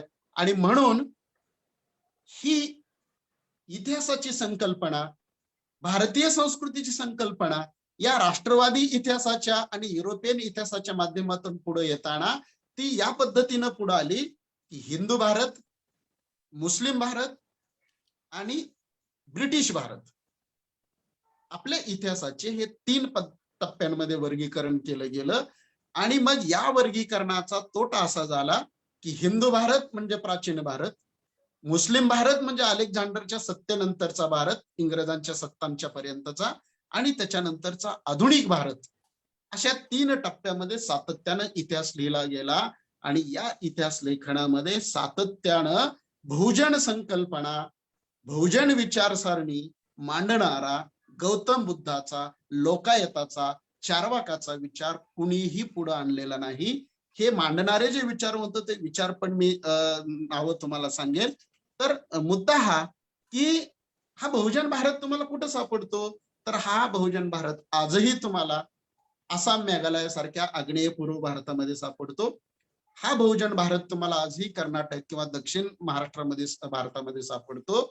इतकंच नव्हे तर या महाराष्ट्रामध्ये इसवी सन पूर्व 200 ते इसवी सन 200 या 400 वर्षाच्या कालखंडामध्ये ज्या सातवाहन राजांच्या सत्ता या महाराष्ट्रामध्ये होत्या त्या महाराष्ट्रामधला इतिहास सुद्धा आपण नीटपणे पाहिला नाही. कारण आपण इतिहास हा सातत्यानं पुन्हा या 3 टप्प्यांच्या मध्ये विकसित वर्गीकृत करत आलो. आणि हे वर्गीकृत करताना मूळ इतिहासाची परंपरा, मूळ मातृसत्तेची लोकायत बौद्धांची परंपरा आपण कधीच इतिहासाच्या केंद्रस्थानी येऊ दिली नाही. म्हणजे या देशातल्या काही महत्वाच्या धोरणांनी येऊन दिली नाही हे आपण समजून घेतलं पाहिजे. पुन्हा एक मुद्दा सांगतो की डॉक्टर बाबासाहेब आंबेडकरांनी बुद्ध आपल्या पुढे आणला, त्यांचा धम्म आपल्या पुढे आणला. पण जेव्हा बुद्धांचा नीट विचार आपण करायला लागतो त्यांच्या परंपरेचा, तेव्हा बुद्ध हा काय आभाळातून पडलेली गोष्ट नव्हती, आभाळातून पडलेली विचारसरणी नव्हती. तर बुद्ध ज्या गणपरंपरेतून येतो ती गणपरंपरा या देशातली स्त्री सत्ताकांची, या देशातली अनार्य परंपरा आहे. तिकडं जोडून जर तुम्ही इकडं पुढे आलात तर मग मात्र तुम्हाला तुमच्या इतिहासाचे काही अर्थ नीटपणे सापडायला मदत होते. याचा पहिला प्रयत्न भारताच्या पातळीवर जर पहिल्यांदा कोणी केला असेल या मांडणीचा, तर तो प्रयत्न महात्मा फुलेंनी केला. पण गंमत अशी आहे, आजही आपण महात्मा फुलेंना इतिहास संशोधक मानत नाही आहोत. छत्रपती शिवरायांनी शाक्त परंपरेचं उदात्तीकरण करणं, शाक्त परंपरेच्या दिशेनं वाटचाल करणं, संभाजीराजांनी थेट मी शाक्त असल्याचं जाहीरपणे मान्य करणं, याचा अर्थ काय आहे? तंत्र परंपरा पुढे शिव आणि शाक्त मध्ये रूपांतरित झाली. म्हणजे गळ्यात कवड्याची माळ घालणं आणि त्यातला जो शंख आहे, एक इतिहासामध्ये पुरावा उपलब्ध आहे की पूर्वीच्या काळी जो चायना सिल्क रूट सापडतो भारत आणि चायनाच्या व्यापाराच्या संदर्भातला, अगदी पैठण ते चायनापर्यंत आणि पैठण ते बाहेरच्या देशापर्यंत व्यापाराचा एक मोठा मार्ग उपलब्ध होता या प्राचीन भारतामध्ये, याचे पुरावे आज आपल्याला उपलब्ध आहेत. तर त्या काळामध्ये कवडी हे चलन म्हणून वापरलं जात होतं. आणि ते का वापरलं जात होतं, तर ती कवडी फार मोठ्या प्रमाणात मिळत नव्हती, ती समुद्रातूनच मिळायची आणि म्हणून कवडीचा चलन म्हणून वापर केला जात होता. तीच कवडी नंतर शाक्त तंत्र संप्रदायाने, नंतर या देवीच्या संप्रदायांनी स्वीकारणं आणि त्याच कवडीची माळ छत्रपती संभाजी महाराज आणि शिवरायांनी परिधान करणं, याचा इतका मोठा संदर्भ आहे, हे आपण तपासलं पाहिजे. आणखीन एक उदाहरण देतो, म्हणजे हा इतिहास कसा बदलत आला. गणिका हा शब्द आहे. आता गणिकाचा आजचा अर्थ काय लक्षात घ्या की आपली हे कल्चर, हे संस्कृती कशी कशी छोट्या छोट्या घटकांच्या मध्ये विकृत केली जाते. गणिकाचा मूळ अर्थ आहे की गणाची प्रमुख असणारी ती गणिका. गण कुठला, तर कुल नसणारा पण गण असणाऱ्या त्या गणाची प्रमुख स्त्री असायची, तिला गणिका म्हटलं जायचं. आज गणिकेचा अर्थ सरळ सरळ व्याख्या केला गेलेला आपल्याला दिसून येतो. कुलटा याचा मूळ अर्थ काय, तर कुलपा या शब्दापासून कुलटा हा शब्द प्रयोग तयार झालेला आहे. आणि त्या काळामध्ये जे या स्त्रियांची कुळं होती त्या कुळं वेगवेगळ्या ठिकाणी ह्या वस्त्या राहत होत्या आणि म्हणून त्या एखाद्या कुळामधली एखाद्या गणामधली एखादी स्त्री औषध उपचार करण्यासाठी व्यापार करण्यासाठी बाहेर जायची आणि तिकडे जाऊन राहायची. तिथल्या लोकांना तिथल्या महिलांना औषध उपचार करायची व्यापार करायची तर तिला कुलपा किंवा कुलट असं म्हटलं जायचं. आज आपण अशा स्त्रीला कुलटा म्हणतो की ज्या स्त्रीचं वर्तन नीट नाही, म्हणजे मूळच्या तुमच्या बहुजनांच्या, बहुजन हा शब्द थोडा बाजूला ठेवूया, मूळच्या तुमच्या भारतीय भूमीवरच्या सांस्कृतिक इतिहासाच्या आकलनाच्या शक्यताच आपण पूर्णपणे दूर ठेवलेल्या आहेत, पूर्णपणे टाकून दिलेल्या आहेत. त्या आपल्याला आत्ता केंद्रस्थानी आणाव्या लागतील. बरं, हे केंद्रस्थानी आणण्यासाठी कुणी प्रयत्न केले नाहीत का? तर जरूर केले. महात्मा फुलेंचा जो मी उल्लेख केला तो उल्लेख याच्यासाठी महत्वाचा आहे. महात्मा फुले या देशातले अत्यंत महत्वाचे इतिहास संशोधक होते. ते या अर्थाने इतिहास संशोधक होते, बळीराजाचं रूपक पहिल्यांदा भारतापुढे महात्मा फुलेंनी आणलं. आणि आणखीन एक महत्वाची गोष्ट महात्मा फुलेंनी केली की महात्मा फुले नुसता इतिहास अभिजन बहुजनांचा मांडत नव्हते, तर महात्मा फुले तुमच्या या तंत्र परंपरेतून चालत आलेला नेणिवांच्या मधला इतिहास महात्मा फुले तपासत होते. एक उदाहरण देतो म्हणजे आपल्या लक्षात येईल की आज जवळपास 3-3.5 हजार वर्ष झाली या देशामध्ये पितृसत्ताकता आहे, परंतु आजही आपल्या विवाह संस्थेमध्ये आजही मुलीच्या आणि मुलाच्या लग्नाच्या वेळी मामाच पाठीमागे उभा राहतो. तो मामा कोण असतो तर तो आईचा भाऊ असतो. याचा अर्थ या देशात जेव्हा केव्हा मातृसत्ताक परंपरा होत्या तेव्हा या देशातल्या स्त्रीचा नवऱ्यापेक्षा, नवऱ्याच्या नातलगापेक्षा स्वतःच्या भावावर अधिक विश्वास होता आणि म्हणून ते लग्न सुरक्षित पार पाडावं म्हणून दोन्ही स्त्रियांनी आपले भाऊ मुलाच्या आणि मुलीच्या मागे उभे केले होते आणि तो विवाहाचा विधी संपन्न होत होता. ही 5000 वर्षापूर्वीची परंपरा आजही तुमच्या वर्तमान विवाह संस्थेमध्ये टिकून आहे. आजही तुमच्या विवाह संस्थेमध्ये तांदूळच अक्षता म्हणून वापरला जातो आणि तांदूळच पवित्र मानला जातो. त्याचं कारण आहे की या देशातल्या स्त्रीनं तांदळाचा शोध लावला, तुमचं जगणं सुकर झालं आणि म्हणून तुमच्या सगळ्या विधीमध्ये तांदूळ पवित्र मानला जातो.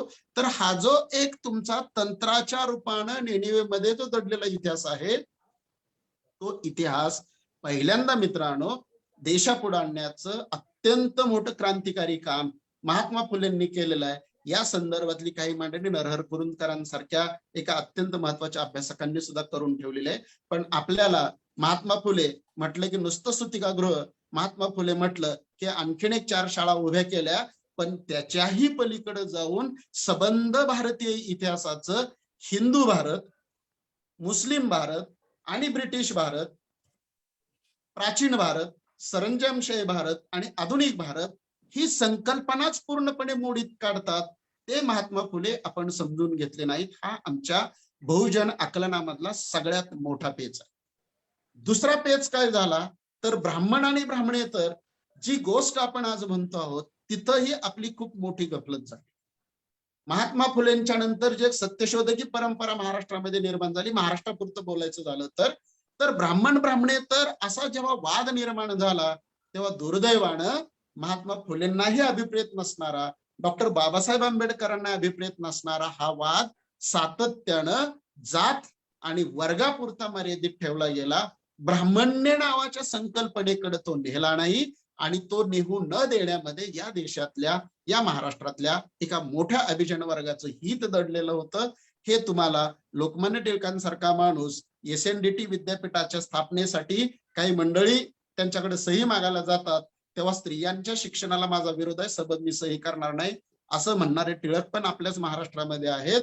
आणि तेच टिळक वेगवेगळ्या पद्धतीनं आपल्या पुढे येताना दिसतात की शेतकऱ्यांच्या पोरांनी संसदेत जाऊन काय नांगर हाकायचा काय, आम्हाला स्वराज्य कोणतं पाहिजे होतं हे आपण तपासताना आपल्यात गंमत अशी झाली की आपण टिळकांबरोबर आगरकरांनाही अस्पृश्य मानला, टिळकांबरोबर बौद्धमय भारताच्या बहुजन संकल्पनेचं आकलन मांडणाऱ्या विठ्ठल महर्षी रामजी शिंदेंना सुद्धा आपण अस्पृश्य करून टाकला. लक्षात ठेवा.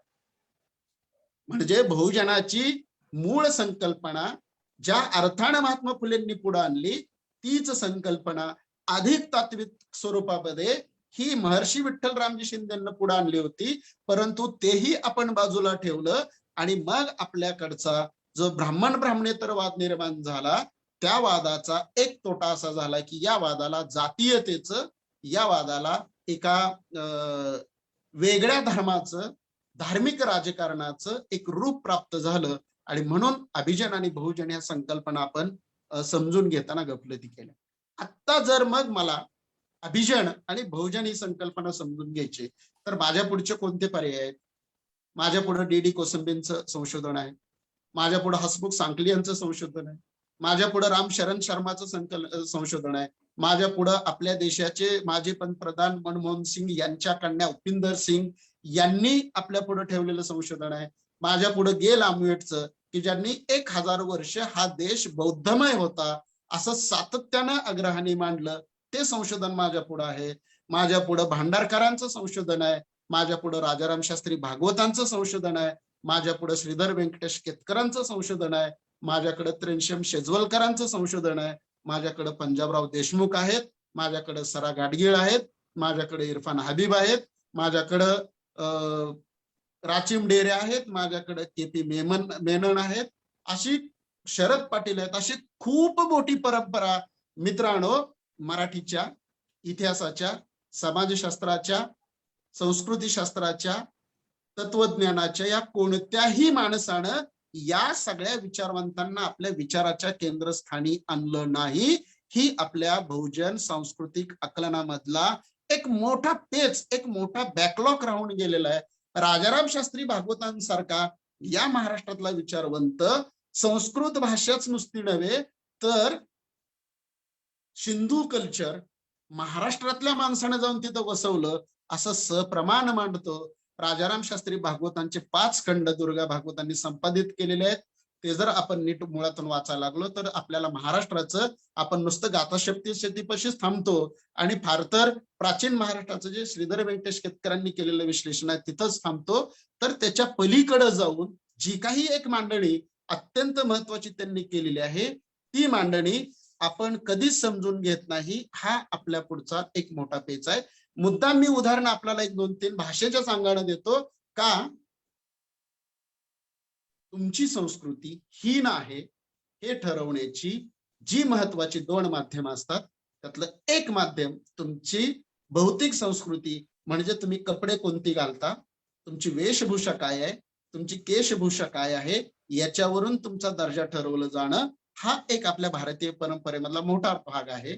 आणि दुसरा, तुम्ही भाषा कोणती वापरता याच्यावरून सुद्धा तुमचा दर्जा ठरवला जातो. आणि म्हणून आमच्या देशामध्ये सातत्यानं, म्हणजे अगदी परवापर्यंत माझ्यासारखा माणूस सुद्धा विद्यापीठामध्ये शिकवत असताना मराठीच्या उत्पत्तीची मांडणी संस्कृत प्राकृत, अपभ्रंश झालेला महाराष्ट्री प्राकृत, संस्कृतीकरण झालेला महाराष्ट्री अपभ्रंश आणि नंतर मराठी असंच मांडत होता. पण माझ्या नंतर लक्षात आलं की मराठीचा विकास, मराठीचा उगम याचा आणि संस्कृतचा कुठंच संबंध येत नाही. आणि एक अत्यंत चुकीचं मॉडेल आम्ही मुलांच्या पुढे ठेवतो आहोत, आम्ही आमच्या बहुजनांच्या पुढे ठेवतो आहोत आणि मग आम्हाला संस्कृत येत नाही. आणि मग संस्कृतच्या जोरावरती आज अमेरिकेमध्ये यज्ञ करायला सांगितली जाणारी एक परंपरा आपल्याच देशातून तिथं जाऊन स्थिर झालेली दिसते. सुषमा स्वराजे सारख्या आपल्या देशातल्या एक अत्यंत एज्युकेटेड महिला संसदेमध्ये संस्कृतमध्ये शपथ घेताना दिसतात. आणि पुन्हा एकदा 2020 मध्ये NEP 2020 मध्ये संस्कृतचं पुन्हा पुनरुज्जीवन करण्याचा प्रयत्न केला जातो. या टप्प्यावरती मी भाषा म्हणून संस्कृतला नाकारत नाही, लक्षात घ्यावं. संस्कृत भाषेची वैज्ञानिकता अधिक महत्वाची आहे, अधिक मोलाची आहे, त्याच्याबद्दल माझं बिलकुल म्हणणं नाही. या देशामध्ये परम संगणक ज्या विजय भटकरांनी निर्माण केला त्या परम संगणकाच्या निर्मिती मागे संस्कृत भाषेचं एक नियमाच्या अनुषंगाचं मोठं तत्वज्ञान उभं आहे. ते आपण नाकारता कामा नये. परंतु त्याला लगडून येणारं जे सांस्कृतिक राजकारण केलं जातं ते राजकारण आपण समजून घेतलं पाहिजे. राजाराम शास्त्री भागवतांनी संस्कृतचा आणि मराठीचा संबंध नसल्याचं स्पष्ट केलेलं आहे. विश्वनाथ खैरेंसारखा माणूस आहे की ज्याने मराठीचा आणि संस्कृतचा काय संबंध असं सांगायचा प्रयत्न केलेला आहे. इव्हन तुम्ही जर विठ्ठल रामजी शिंदे वाचायला लागलात तर तुमच्या असं लक्षात येईल की विठ्ठल रामजी शिंदे मराठीचा संबंध हे कानडीशी अधिक जोडतात. रामशरण शर्मा सारखा अत्यंत महत्वाचा इतिहासाचा अभ्यासक मराठीचा संबंध तेलुगू तमिळशी जोडण्याचा प्रयत्न करतात. आणि आपण मात्र हे पुन्हा पुन्हा इकडे नेऊन उत्तर भारताकडे, पुन्हा पुन्हा इकडे नेऊन संस्कृतकडे जोडतो आणि आपल्या सांस्कृतिक संघर्षाच्या पेचाची नीट उत्तर शोधण्याच्या ऐवजी दुसऱ्याच्या हाती कोलीत देऊन आपण जी एक चुकीच्या मांडणीला सातत्यानं समर्थन करत आलेलो आहोत, तो आपल्या वर्तनामधला अत्यंत महत्वाचा पेच आहे. आणि हा पेच सोडवण्यासाठीच एक मॉडेल, जसं ब्राह्मण ब्राह्मणेतरचं फसवलं गेलं जाणीवपूर्वक, तसं दुसरं मॉडेल मित्रांनो फसवण्यात आलं, भारत पाकिस्तान फाळणीचं. आपल्याला हा इतिहास माहिती आहे. बॅरिस्टर जीना आणि महात्मा गांधी ही 1932 ते 34 पर्यंत खांद्याला खांदा लावून काम करताना दिसत आहेत. तुम्ही हा पण प्रश्न कधीतरी विचारला पाहिजे. 1920 पर्यंत लोकमान्य टिळकांचं नेतृत्व करणारा भारत 20 त्यांच्या निधनानंतर एका फाटक्या माणसाच्या, बनिया माणसाच्या माग कसं काय उभा राहिला, याचं उत्तर आपल्याला आज बहुजन संकल्पना समजून घेताना समजून घ्यावं लागेल. एक उदाहरण मुद्दाम देतो. 1934-35च्या दरम्यान आमच्या इथं फलटणला संस्थान आहे पंत प्रतिनिधींचं, आणि त्या संस्थानाच्या संदर्भात जेव्हा वाद निर्माण झाला तेव्हा काही शेतकऱ्यांचा मोर्चा, 35-36 सालची गोष्ट आहे, तो एक मोठा मोर्चा त्या संस्थानावरती चालून आला. आणि भगवान पंत प्रतिनिधी त्या काळातले संस्थानाचे प्रमुख होते. आणि मग त्यांना लक्ष दे 5000 शेतकरी मोर्चाच्या रूपाने आलेले आहेत. आणि मग जर आपल्याला समजून घ्यायचं असेल तर त्यांनी त्यांचा सगळ्यांचा पाहुणचार केला आणि बैठक घेतली आणि सांगितलं की त्यांचं काय म्हणणं होतं, आमच्या मालाला भाव द्या आणि आम्हाला समानतेची वागणूक द्या. एवढ्या 2 गोष्टींची मागणी होती. भगवान पंत प्रतिनिधींनी ते मान्य केलं आणि त्यांच्या मुलाला त्यांनी सेवाग्राम मध्ये महात्मा गांधी होते, महात्मा गांधींच्याकडे पाठवलं की आपल्याला आपलं हे संस्थान लोकशाही पद्धतीनं चालवायचं आहे. हे 5000 शेतकरी पुन्हा आपल्याकडे येता कामा नयेत, तर त्याच्यासाठीची घटना तो महात्मा गांधींच्याकडे लिहून आण म्हणून त्यांच्याकडे पाठवल्यानंतर, तुमच्या माहितीसाठी सांगतो, महात्मा गांधींनी स्वराज्य घटना लिहिली आणि इथल्या आमच्या औंध संस्थानामध्ये 1936 ते 1946 पर्यंत महात्मा गांधींनी लिहिलेल्या घटनेनुसार इथलं औंध संस्थानची प्रशासनाची व्यवस्था चालत होती. आणि ती स्वराज्य घटना ही बऱ्यापैकी आपल्या भारतीय संविधानासारखी होती. मुद्दा माझा हा आहे की महात्मा गांधी आणि बॅरिस्टर जीना हे जी 2 मॉडेल आपल्या पुढे उभी केली गेली मित्रांनो, ती मॉडेल जाणीवपूर्वक उभी केली गेलेली आहेत.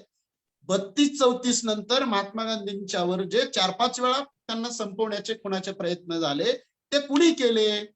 आणि मग ते करणाऱ्यांचं अगदी तुमच्या कालीचरण सारखा एक गृहस्थ कालच्या परवाच्या धर्म संसदेमध्ये जे विधान करतो, नथुराम गोडसेंचं उदात्तीकरण करतो आणि त्याचं समर्थन करणारी नेते मंडळी आपल्याला देशामध्ये दिसतात. मागच्या काही वर्षांच्या पूर्वी उमा भारतींसारख्या संसदेचं प्रतिनिधित्व करणारी व्यक्ती जेव्हा महात्मा गांधींच्या पुतळ्या उभे करून त्यांना गोळ्या झाडण्याचे प्रयत्न केले जातात, इतकी खुमखुमी, इतका विखार कुठून आलेला आहे, तर त्याचं कारण आहे की भारत पाकिस्तान फाळणीचं मॉडेल जे आमच्या पुढे उभं ठेवलं ते आम्ही आत्ताच्या पिढीला नीटपणे समजून सांगावं लागेल की बाबा रे, बॅरिस्टर जीना आणि महात्मा गांधी हे 34 पर्यंत खांद्याला खांदा लावून काम करत होते. त्याच्यानंतर जे इंग्रजांना हाताशी धरून या देशातल्या अभिजन वर्गाने ज्या काही मकलाशी केल्या आणि गांधीजींचं विकृतीकरण करायचा प्रयत्न केला, कारण गांधीजी नंतर काँग्रेसला सुद्धा नकोशे झाले होते. कारण गांधीजींचं म्हणणं होतं की भारताला स्वातंत्र्य मिळालं की काँग्रेस, नॅशनल काँग्रेस बरखास्त करा. आणि हे म्हणणारे गांधीजी कोणत्या विचारसरणीचा पुरस्कार करत होते हे आपल्याला पुन्हा नीट समजून सांगावं लागेल. का तर मित्रांनो, बौद्ध या देशातून हद्दपार झाला, तो अभिजन त्यांचं नाव घेत नाहीत. आणि मग आत्ता राहिलेला हा जो म्हातारा आहे महात्मा गांधी, त्याचं एकदा नाव नामशेष केलं की मग पुन्हा तुमचा हा सगळा बहुजनांचा सांस्कृतिक इतिहास विकृत करणं हे अधिक सोपं होणार आहे. आणि म्हणून ही मांडणी समजून घेताना आपल्याला थोडं पुढे आल्यानंतर लक्षात येईल की पंडित नेहरूंनी जी वेलफेअर स्टेटची संकल्पना मांडली होती पंडित नेहरूंनी जी कल्याणकारी राज्याची संकल्पना मांडली होती, पंडित नेहरूंची जी पंचवार्षिक तत्व होती, पंडित नेहरूंच्या ज्या पंचवार्षिक योजना होत्या, त्या योजना सातत्यानं कशा बाद आहेत, मागच्या 60 वर्षात या देशामध्ये काहीच घडलं नाही, अशा स्वरूपाची जी मांडणी गेल्या 15-20 वर्षांमध्ये सुरू झालेली आहे, त्या मांडणीमधून या देशामधला एक वर्ग आणि तो विशेषतः युवा वर्ग जो एका वेगळ्या दिशेनं चाललेला आहे. तुम्ही लक्षात घ्या, या देशामध्ये भाजपचं बहुमत येण्यामध्ये इथला तरुण वर्ग अधिक अग्रेसर आहे, इथल्या स्त्रिया अधिक अग्रेसर आहेत. म्हणून मी जे मागाशी म्हणालो, स्त्रीला गुलाम केलं व्रत कथांच्या मधून, म्हणजे आत्ता सुद्धा आज तुमच्या पौष महिन्यातले रविवार करणाऱ्या आणि रविवारची व्रत कथा वाचणाऱ्या स्त्रिया तुमच्या माझ्या घरात आहेत. अगदी मागच्या महिन्यात मार्गशीर्ष महिन्यातले गुरुवार करणाऱ्या स्त्रिया तुमच्या माझ्या घरातल्या आहेत. आणि मग यांना गुलाम केलं आणि मग पुढच्या टप्प्यावरती ही जी वेलफेअर स्टेटची जी संकल्पना होती, ती संकल्पनाच मोडीत काढायची आणि या देशामध्ये एक मोठा संभ्रम निर्माण करायचा. संभ्रम निर्माण झाला की मग जिंदा वापस लौट आया म्हणायचं आणि मग मी फटका फकीर आहे, मला कशाचीच गरज नाही म्हणायचं. या स्वरूपाची स्टेटमेंट आपल्याला जरी पटणारी नसली तरी या देशातल्या 80% तरुणाईला पटतात, हे आपण लक्षात घ्या. आणि या 80% तरुणाईमध्ये सगळी मुलं तुमची आमची बहुजनांची मुलं आहेत, हे आपण समजून घेत नाही. म्हणून तुम्हाला बहुजनांचं सांस्कृतिक भान असं म्हणताना इतका मागचा सगळा इतिहास आपण जर जबाबदार घटक असू तर नीटपणे समजून घेतला पाहिजे. कारण दिनेश माहुलकरांसारखा माणूस असेल, आपल्याला पुन्हा पुन्हा नीटपणे समजून घेता आला पाहिजे. आणि म्हणून मला वाटतं की मी जवळपास तास ते सव्वा तास झालं बोलतो आहे, तर हे सगळं शेवटच्या टप्प्याकडे माझ्या मांडणीमध्ये येताना आपल्याला भान येण्यासाठी काय करायला हवं, हा जो एक महत्वाचा प्रश्न आहे. तर त्या प्रश्नाचं उत्तर हे आहे की तुम्हाला तुमचे महापुरुष नीट तपासून घ्यावे लागतील. आम्हाला गौतम बुद्धाचं नाव घेतलं की अगदी मोकळेपणाने मी बोलेल की हा माणूस महार आहे असं का वाटतं, या प्रश्नाचं उत्तर मला आज द्यावं लागेल. मला जय लहुजी म्हणणं, मला अण्णाभाऊंना बाबासाहेब आंबेडकरांच्या पासून तोडणं, मला महात्मा फुलेंना छत्रपतींच्या पासून तोडणं, हे कुणी केलं? एक साधा प्रश्न मी विचारतो. 1980 नंतर, मगाशी गणेश मोहिते जे म्हणाले ते अत्यंत महत्वाचं की 1980-90 नंतर ह्या सगळ्या सामाजिक चळवळी ह्या नाहीशा झाल्या आणि त्याचा नेमका फायदा यांनी घेतला. मित्रांनो, आपल्या महाराष्ट्रापुरतं जर बोलायचं झालं तर 1980 नंतर शिक्षण व्यवस्थेमध्ये जो वर्ग आलेला आहे तो 99.99% बहुजन वर्ग आहे. कुठे आहेत तुमची दैवत, कुठे आहेत तुमच्या विचार परंपरा? मी आता जी नावं सांगितलेली आहेत ही फक्त उदाहरणादाखल सांगितलेली नावं आहेत. ही नावं आमच्या कुठल्याही अजेंड्यावर कधीच नाहीत. तत्वज्ञानाच्या नाहीत, भाषेच्या नाहीत, साहित्याच्या नाहीत, समाजशास्त्राच्या नाहीत, कुठल्याही अजेंड्यावरची नावं नाहीत की ज्यांनी या देशाचा इतिहास आपल्या पुढे नीटपणे मांडून ठेवलेला आहे. हे भान आपल्याला आणून देणं अत्यंत गरजेचं आहे. आणि या भानासाठीची दुसरी महत्वाची गोष्ट आहे की तुमच्या या सगळ्या सांस्कृतिक लढ्यांच्या मध्ये तुम्हाला स्त्रियांना सहभागी करून घ्यावं लागेल. माझ्या स्टाफ रूम मधल्या महिलांच्या चर्चेचे विषय काय असतात हे आपण एकदा पहा.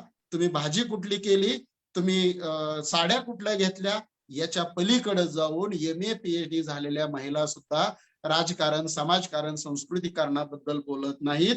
मग अमक्याच्या जावायचं काय, तमक्याच्या पुरीचं काय, कुणाची पोरगी कुठे गेली, कुणाचा मुलगा काय करतो, याच्या पलीकडं आणखीनही आम्ही आमच्या बहुजन माऊलीला या विचाराच्या केंद्रस्थानी आणलं नाही. आणि जी आलेली आहे ती -% मध्ये आहे. याचाही आपल्याला नीटपणे विचार करावा लागेल. तुम्ही नुसतं जिजाऊचं नाव घ्यायचं, अलीकडे दाढी वाढवण्याचं जे फॅड वाढलेलं आहे आणि मग त्या पोराने मात्र दारू पीत फिरायचं आणि घरातल्या आई बहिणींना शिवाय द्यायच्या आणि बाहेर जाऊन जय जिजाऊ जय शिवराय म्हणायचं, याला अर्थ नाही. आणि ही सगळी पोरं आपले हे आपल्याला कधीतरी नीट त्यांना समजून सांगावं लागेल. तिसरा महत्वाचा भाग आहे की आपल्याकडं शिक्षणाचं आधुनिकीकरण झालं म्हणजे काय झालं, तर आपण आता आभासी माध्यमातून बोलतोय, परंतु या शिक्षणाच्या आधुनिकीकरणातून हे जे सगळं माझ्या पुढचं माझ्या अवतीभोवतीचं ज्ञान होतं ते ज्ञान मी अद्यापही केंद्रस्थानी आणलं नाही. हेही मला वाटतं नीटपणे समजून घेतलं पाहिजे. आणि आपली संस्कृती असं म्हणताना आपल्या रूट्सचा नीटपणे विचार करत, त्यातला कचरा बाजूला काढत, त्यातल्या ब्राह्मणांनाच केवळ शिव्या देऊन चालणार नाही, त्यातल्या अमुक एका वर्गाला, दलित वर्गालाच आता त्यांच्यात ब्राह्मण वर्ग तयार झाला असं म्हणायचं आणि त्यांना बाजूला ठेवायचं. मग एका वर्गाने सांगायचं की क्षत्रियांनी जाती व्यवस्था निर्माण केली आणि म्हणून 57 मोर्चांच्या काळामध्ये या मराठा मोर्चांना बाजूला ठेवायचं. हे जे सातत्यानं राजकारण या देशामध्ये केलं जात आहे, हे राजकारण आपल्याला समजून घेता आलं पाहिजे. राबडी देवीची इथं चेष्टा होते, फुलन देवीची इथं चेष्टा होते, लालू प्रसाद यादवची इथं चेष्टा होते. ही का होते हे आपण समजून घ्या मित्रांनो. लालू प्रसाद यादवने चारा घोटाळा केला, यापेक्षा तो माणूस काय होता, बिहारमध्ये त्याने काय काम केलं. म्हणजे आपल्याकडे आणखीन एक गोष्ट आहे, सगळ्या बहुजन माणसांचं विकृतीकरण करायचं, म्हणजे शरद पवारांना मराठा महर्षी शरद पवार म्हणून त्यांना मोडीत काढायचं. आणि मग एकदा एक माणूस या महाराष्ट्रातला शरद पवार सारखा, मी राजकीय बोलत नाही, मोडीत निघाल्यानंतर तुमच्या महाराष्ट्राचं राजकीय आणि सांस्कृतिक नेतृत्व करणारा आज घटक कोण आहे शिल्लक, याचं तुम्हाला उत्तर शोधावं लागेल. आणि ते उत्तर शोधताना मित्रांनो ही आपली अधिक जबाबदारी आहे, हे आपल्याला समजून घ्यावं लागेल. आपली प्रतीक, आपल्या संकल्पना, आपली देव संकल्पना नीटपणे समजून घ्यावी लागेल. एकच उदाहरण देतो आणि थांबतो. हत्ती नावाचा जो प्राणी आहे, आपल्या आजही राजवाड्यांवर, आजही आपल्या घरांच्या वाड्यांवर आपल्याला दिमाखानं चित्राच्या रूपानं संगमरवरी हत्तीच्या रूपाने मिरवताना दिसतो.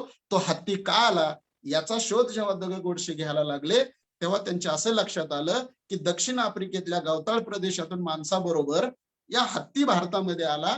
आणि तुमच्या माहितीसाठी सांगतो, या पृथ्वी तलावरती मानवानं जर कोणत्या प्राण्याला माणसाळवला असेल तर तो पहिला प्राणी होता म्हणजे हत्ती. आणि म्हणून मित्रांनो, हत्ती हे समृद्धीचं, हत्ती हे श्रीमंतीचं, हत्ती हे एका अर्थानं सांस्कृतिक भानाचं प्रतीक म्हणून आजही आपल्याकडे वापरला जाताना दिसतो. आपण ब्राह्मण ब्राह्मणेतर म्हणताना आणि पुरोगामित्वाचा चेहरा पांघरताना आम्ही आमची दैवत आम्ही इतक्या वेगाने फेकून दिली. आणि मग माझ्या अवतीभोवतीचा जो एक मोठा वर्ग आहे की ज्याला त्या दैवतांची गरज असते, ती दैवत मात्र आम्ही त्याला नीटपणे समजून सांगितली नाहीत. तुमचा महादेव कोण आहे, म्हणजे तुम्ही साधा प्रश्न शेतकऱ्याला विचारा की बाबा रे, सोमवारी तू बैल रानात काय राहण्यात नाही का मला, तर त्याचं साधं उत्तर आहे की तो म्हणतो की बाबा महादेवाचा नंदी हा बैल आहे आणि म्हणून मी बैलाला सोमवारी रानामध्ये झुंपत नाही. हे एक 5000 वर्षांपूर्वीचं प्रतीक तुम्हाला आज नीटपणे उलगडून दाखवावं लागेल. महादेवाला नुसताच बाहेर फेकून तुम्हाला चालणार नाही. महादेव कोण होता, एक गोष्ट सांगतो आणि थांबतो. एकदा म्हणजे महादेव आणि पार्वती, शंकर पार्वतीच्या एका महत्वाच्या रूपकाचं विकृतीकरण केलं आणि ते विकृतीकरण आज अनेक महापुरुषांचं केलं जातं. ती गोष्ट सांगतो म्हणजे तुमच्या लक्षात येईल की हे आपल्याला कधीतरी समजून घेता आलं पाहिजे. ती गोष्ट अशी आहे की प्रचंड दुष्काळ पडल्यानंतर सलग 3 वर्ष दुष्काळ पडला, 4थ्या वर्षाचा दुष्काळ सुरू होता, तरीही एक शेतकरी एका दुष्काळी रानामध्ये स्वतःच्या शेतामध्ये नांगर हाकत होता. आकाशातून शंकर पार्वतीचं विमान चाललं होतं. पार्वतीला प्रश्न पडला, लक्षात ठेवा मी हे का सांगतोय, या भारतीय लोककथा परंपरेमध्ये शंकर पार्वतीच्या कथांमध्ये सतत पार्वतीलाच प्रश्न पडलेला आहे. ती पार्वती कोणतरी तुमच्या तंत्रप्रधान व्यवस्थेमधली स्त्री आहे. लक्षात, तिला प्रश्न पडला आणि तिला शंकराला सांगितलं का म्हणलं 4 वर्ष दुष्काळ आहे आणि तरी हा माणूस नांगर का धरतोय, आपण त्याला विचारायला गेलं पाहिजे. पार्वतीचं शंकराचं विमान खाली येतं, ते दोघं जण त्या शेतकऱ्याकडे येतात, शेतकऱ्याला प्रश्न विचारतात की शेतकरी बाबा किती वर्ष झालं दुष्काळ आहे, 3 वर्ष झालं दुष्काळ आहे, या वर्षी पण दुष्काळ आहे, पुढच्या वर्षी पाऊस पडेल का, तो म्हणतो माहिती नाही. सलग 4 वर्ष दुष्काळ आहे, 5व्या वर्षी पण पाऊस पडेल का नाही तुला माहिती नाही. आणि मग तरीही तू तुझ्या शेताची मशागत का करतो आहेस, असा जेव्हा प्रश्न शंकर त्या शेतकऱ्याला विचारतो तेव्हा शेतकऱ्यांनी दिलेलं उत्तर फार महत्वाचं आहे.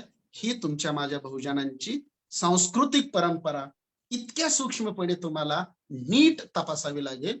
शेतकरी असं म्हणतो की मला माहित नाही पुढच्या वर्षी पाऊस पडेल का नाही, पण जर पुढच्या वर्षी पाऊस पडला, मागची 4 वर्ष पाऊस पडला नाही, म्हणून जर मी माझ्या शेतीची मशागत केली नसती तर कदाचित पुढच्या वर्षीच्या पावसात मला शेतीची मशागत पण करता आली असती. पण जर मागच्या 4 वर्षामध्ये मी जर शेतीची मशागत केली नसती तर माझ्या नांगराचा फाळ गंजून गेला असता आणि पुढच्या वर्षी जर पाऊस पडला असता तर मला जमीन कसायला माझ्याकडे शस्त्र राहिलं नसतं. म्हणून आणखीन किती वर्ष दुष्काळ पडला तरी माझी जमीन मी कसणार, ती पिकासाठी नाही तर माझं शस्त्र नीट राहिलं पाहिजे, नांगराचा फाळ, म्हणून मी जमीन नांगरतो आहे. असं जेव्हा एक शेतकरी सांगतो तेव्हा शंकराच्या लक्षात येतं की अरे 4 वर्ष झालं आपण आपला शंख वाजवला नाही, कदाचित आपलाही शंख जर गंजून गेला तर आपल्या शस्त्राचं काय. आणि म्हणून शंकर हिमालयात परत जातात. ते स्वतःचा शंख वाजतोय का म्हणून बघायला प्रयत्न करतात. शंख वाजतो, पाऊस सुरू होतो आणि दुष्काळ संपतो. ही कथा खूप पातळ्यांवर मला महत्वाची वाटते. त्या शेतकऱ्याला आम्ही अडाणी मांडला, वेशभूषेपासून त्याला हद्दपार केला. तो शेतकरी की जो तुमच्या मूळ दैवताला जगण्याचं, मूळ दैवताला कल्चरचं, मूळ दैवताला आपल्या शस्त्राचं महत्व सांगतो, ते महत्व आमच्या आज लेखणीच्या माध्यमातून, या सगळ्या आभासी माध्यमातून आमच्या हातात आलेलं आहे. ते शस्त्र आपण कसं वापरायचं याचं एक भान, याची एक नवी भूमिका आपल्याला मुलांच्या पुढं, नवीन पिढी पुढे ठेवावी लागेल. मला वाटतं हे केलं तर आपल्या बहुजनांना एक सांस्कृतिक भान येईल आणि कोणत्याच प्रकारच्या तटबंदी उभा न राहता एक आधुनिक भारत, एक वेलफेअर स्टेटच्या संकल्पनेतला भारत पुन्हा एकदा उभा राहील, एवढी एक अपेक्षा व्यक्त करतो आणि माझं लांबलेलं मनोगत थांबवतो. धन्यवाद. नमस्कार. फार फार आभार सर. थँक्यू. आपल्या पूर्ण व्याख्यानाचा, संवादाचा जर व्याख्या करायची ठरवली तर ती 2च वाक्यामध्ये होऊ शकते. अत्यंत गंभीर, मुद्देसूद, वैचारिक व अभ्यासपूर्ण मांडणी आपण केलेली आहे. सामाजिक भान आणणारे परखड व सडेतोड चिंतन आपण आपल्या संवादाद्वारे इथं प्रेक्षकांना, श्रोत्यांना दिलेले आहे. जसं की आपला मूळ मुद्दा तिथूनच झाला होता की सांस्कृतिक बहुजन, त्या बहुजनांची संस्कृती, या अनुषंगाने जो खोटा इतिहास, जी खोटी संस्कृती आज आपल्या समोर मांडली जात आहे, तिचं आपण फार सिलसिलेवार विवेचन केलेलं आहे.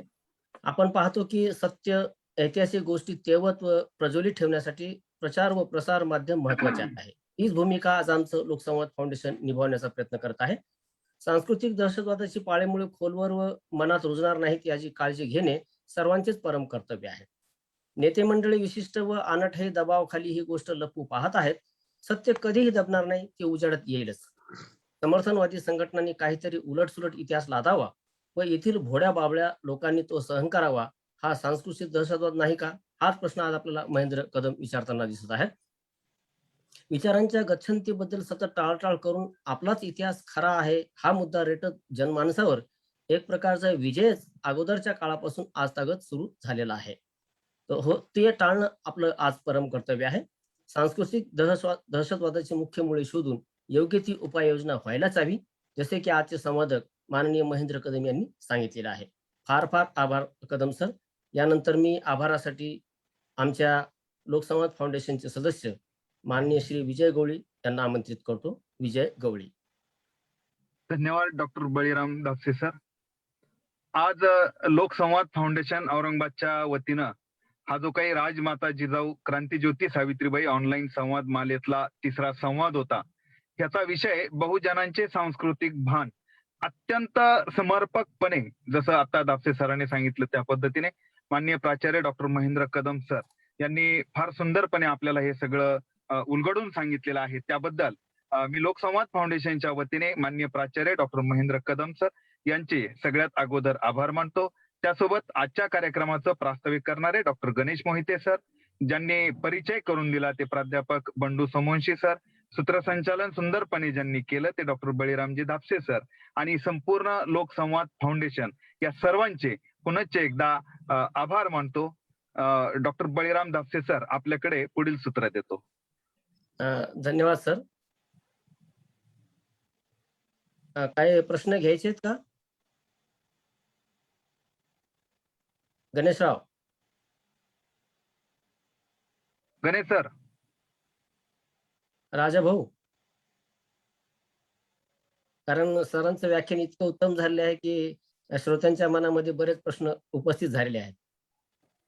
कुणाचे आलेत अ, का काही प्रश्न? नाही, प्रश्न विचारण्याची परवानगी मागतायत.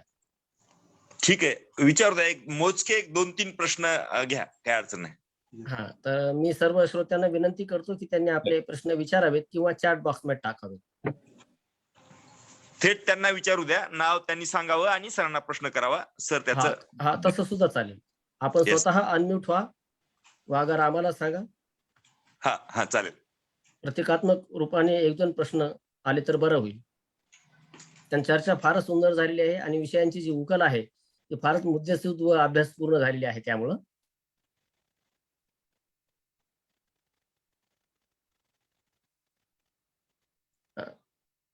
अरविंद सोनटक्के सर आहेत. त्यांना अनम्यूट करता का निखिलराव? डॉक्टर अरविंद सोनटक्के. अनम्यूट करा त्यांना. यस. हा सरजी नमस्कार. हा, बोला. खूपच माहितीपूर्ण व्याख्यान झालं सर आपलं. अगदी मागच्या 1.5 तासापासून मी कंटिन्यू ऐकतोय आणि सांस्कृतिक परंपरेच्या अनुषंगाने जी काही उलटापालट्या झाल्या, अतिशय मार्मिक शब्दामध्ये आपली मांडणी झालेली आहे. त्याबद्दल प्रथमतः आपलं अभिनंदन करतोय. आणि त्यानंतर सर मला एक असं विचारायचं होतं की ऋग्वेदामध्ये तांत्रिक संदर्भ कोणती येतात, म्हणजे ज्या ऋग्वेदाच्या आणि अनुषंगानं हा सर, फार महत्वाचा प्रश्न आहे. शरद पाटील जे आपले प्राच्यविद्या विशारद आहेत, त्यांनी खूप महत्वाची मांडणी या संदर्भात आपणासमोर ठेवलेली आहे. तांत्रिक श्रुती जे आपण म्हणतोय, मी मगाशी जे म्हणालो, तुमच्या निवृत्तीचा उल्लेख, म्हणजे ज्या स्त्रीनं इथं शेतीचा शोध लावला, जी एक स्त्री प्रधान परंपरा या देशामध्ये होती, त्या परंपरेचे खूप सारे उल्लेख तुम्हाला वेदांमध्ये सापडतात. नंबर 1.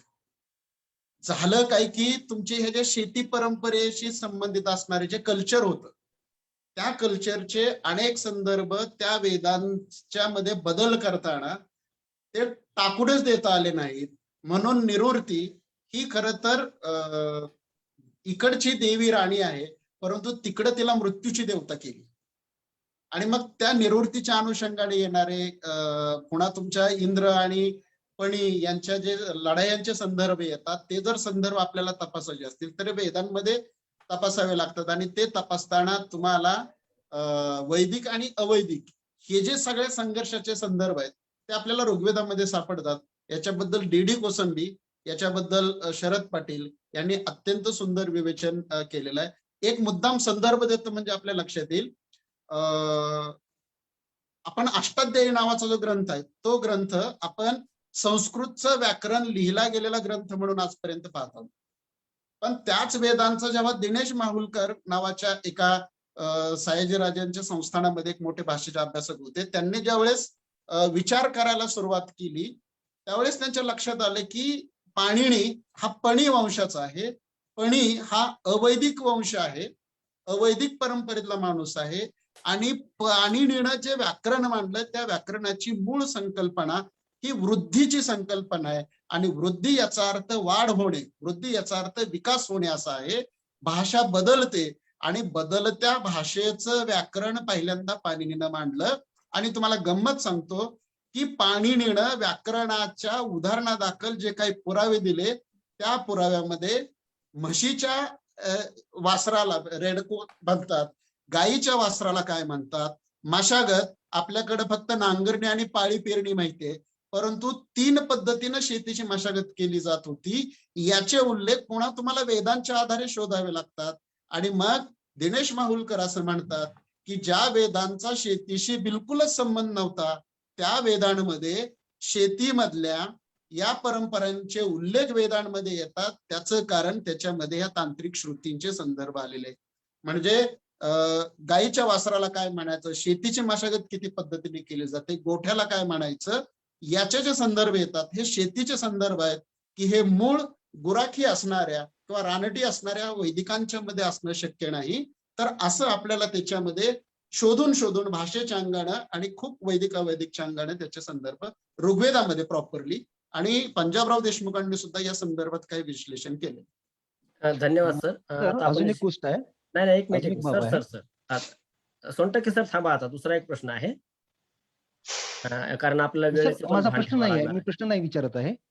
हम्म. सरांशी मला फक्त एक संवाद साधायचा होता की व्याख्यानामध्ये सरांनी जे एक सांगितलं की वधूच्या सोबत तिचा जो भाऊ उभा असतो, त्या भावाचा जो संदर्भ सरांनी दिला त्यातला एक संदर्भ माझ्या वाचण्यातला आणि माझ्या प्रबंधातला आहे, कारण माझी कामशास्त्रावर PhD आहे. तर त्याच्यामध्ये एक असा एक संदर्भ येतो की वेदामध्ये अग्रोपभोग नावाचा एक जो अधिकार होता आणि वयात आलेल्या मुलीला श्रेष्ठी उपभोगायचे, मग ते देवलोक असायचे आणि मग तो प्रकार होऊ नये म्हणून देव लोकाला काहीतरी दान करणे हा प्रकार सुरू झाला होता आणि त्याच्यातूनच आपल्याकडे अवदान नावाची एक परंपरा आली आणि लग्न परंपरेमध्ये आपण लह्या जी देतो ती तिथूनच आलेली परंपरा आहे. एवढंच एक मला फक्त सूचित करायचं नाही, होतं. नाही. तुमचा मुद्दा बरोबर आहे सर. मला हा, सर. गणेश बोलू द्या या मुद्द्याबद्दल. त्याचं कारण काय झालं सर, मूळ ऋग्वेद वेदांच्या म्हणजे पुराणांच्या आणि उपनिषदांच्या दरम्यान त्याच्यामध्ये ज्या घुसखोरी झाल्या, जेव्हा बौद्धांचा पराभव करता येत नाही असं लक्षात आलं, तेव्हा त्यांच्या या मूळ अवैदिक परंपरांचं अनेक पातळ्यांच्यावर विकृतीकरण केलं. तुम्ही जे म्हणतायत की वयात आलेली मुलगी देवाला भोगायला देणं, मुळात तंत्रविद्येमध्ये लैंगिक संबंध ही अत्यंत मुक्त संकल्पना होती. अगदी वेदांच्याच अनुषंगानं तुम्ही विका राजवाडे यांचा विवाह संस्थेचा इतिहास पाहायला लागलात आणि त्या विवाह संस्थेमधले जर यज्ञाच्या संदर्भातली विश्लेषणं वाचायला लागलात तर तुम्हाला ते इतकं रानटी वाटेल. पण ज्या काळामध्ये मुक्त लैंगिक संबंध होते त्या काळामध्ये तो विवाह सुरक्षितपणे पार पाडणं ही त्या स्त्रीची जबाबदारी होती. म्हणून भाऊ मागोबा ती देवाला द्यायची म्हणून म्हणजे हे आपल्याला पुन्हा सांगतोय की मी वेदांना बाजूला सारून तुमचा इतिहास शोधता येणार नाही, पुराणांना बाजूला सारून तुमचा इतिहास शोधता येणार नाही. साळुंके सरांनी पुराणांच्या आणि उपनिषदांच्या आधारेच हे सगळं शोधून काढलं. तर ते शोधताना हा तरतम भाव म्हणजे आपल्याला पहिल्यांदा सर तुमचा खूप चांगलं संशोधन आहे. तुम्ही पुन्हा नव्यानं शरद पाटील वाचा आणि शरद पाटलांच्या नंतर थोडं मी जाणीवपूर्वक सांगेल सुधाकर देशमुखांचं मध्ययुगीन धर्मसंकल्पनांचा इतिहास हा एक ग्रंथ वाचा आणि देवीप्रसाद चट्टोपाध्यायांचं लोकायत वाचा. म्हणजे हे कसे आपलेच इतिहास विकृत केले पुराणांच्या आणि उपनिषदांच्या दरम्यानच्या कालखंडामध्ये, याची उत्तरं तुम्हाला पुन्हा मुळांमधल्या वेदांकडे आणि मुळांमधल्या लोकायत चार्वाकडे जाऊन सापडतात. एवढं मात्र मला म्हणता येईल. धन्यवाद सर. यानंतर आपण प्रातिनिधिक स्वरूपामध्ये एक शेवटचा प्रश्न घेत आहोत. डॉक्टर BL चव्हाण यांचा प्रश्न आहे, जो तो चॅट बॉक्स मध्ये पण आहे. अभिजन भारत, बहुजन भारत आणि मूळ निवासी भारत एक की अनेक, पुढे प्रश्नार्थक चिन्ह आहे, यातील साम्य व भेद आजच्या संदर्भात द्यावे. मी माझ्या मांडणीच्या प्रारंभीच हे स्पष्ट केलेलं आहे की ह्या संकल्पना अत्यंत फसव्या आहेत. मूल निवासी भारत, अभिजन भारत, बहुजन भारत, मुळात मी सांगतो आहे की या देशामध्ये कोणतीही प्युअरिटी राहिलेली नाही. म्हणजे आज अगदी काश्मीर सारख्या काही प्रदेशामध्ये प्युअर आर्य आहेत आणि मग परदेशातल्या काही मुली येतात, तिथं राहतात, तिथल्या तरुणांबरोबर लग्न करतात आणि आर्यांचा शुद्ध वंश म्हणून इथनं आपत्ती जन्माला घेऊन जातात. अशा भ्रामक संकल्पना आज सुद्धा आपल्या देशामध्ये आहेत. मुळात मी म्हणतोय की आपल्याच म्हणजे मूल निवासी कशासाठी संकल्पना वापरली, अभिजन भारत ही कशासाठी संकल्पना वापरली. बरं, मूल निवासी म्हणणाऱ्यांनी आदिवासींना किती जवळ केला. म्हणजे आपण एक संकल्पना नाकारण्याच्या नादात आपण ज्या नव्या संकल्पना निर्माण करतो आणि त्याच्यामधून जे संभ्रम निर्माण होतात. तो मूळची भारतभूमी, मी राष्ट्र म्हणालेलो नाही माझ्या मांडणीमध्ये, लक्षात घ्या. मूळची भारतभूमी ही खरं तर अनार्य ही संकल्पना सुद्धा आर्यांच्या विरोधातली आहे आणि म्हणून त्याला नाकारासाठी मूळ निवासी म्हटलं गेलेलं आहे. तर या मूळ निवासीमध्ये सुद्धा पुन्हा आपल्यामध्ये प्रॉब्लेम असा निर्माण होतो की दलितेतर आदिवासी यांच्यामध्ये एक उभी भिंत तयार होते आणि मग मूळ भारत कोणता, तर मूळ भारत लोकायत, चारवाक, सांख्य, कापिलिक, बौद्ध यांचा मूळ भारत. तो मग पुढे तुम्ही बाबासाहेब आंबेडकर, महात्मा फुलेंच्या पर्यंत जोडा. ही तुमची जोडायची मानसिकता नाही, हाच तर आपला पेच आहे. म्हणजे आम्हाला बाबासाहेब आंबेडकरांच्या पुढे जायचं नाही, आम्हाला छत्रपती शिवाजी महाराजांच्या पलीकडे जायचं नाही, अण्णाभाऊंना धरणाऱ्यांनी बाबासाहेबांना आम्हाला नको आहे.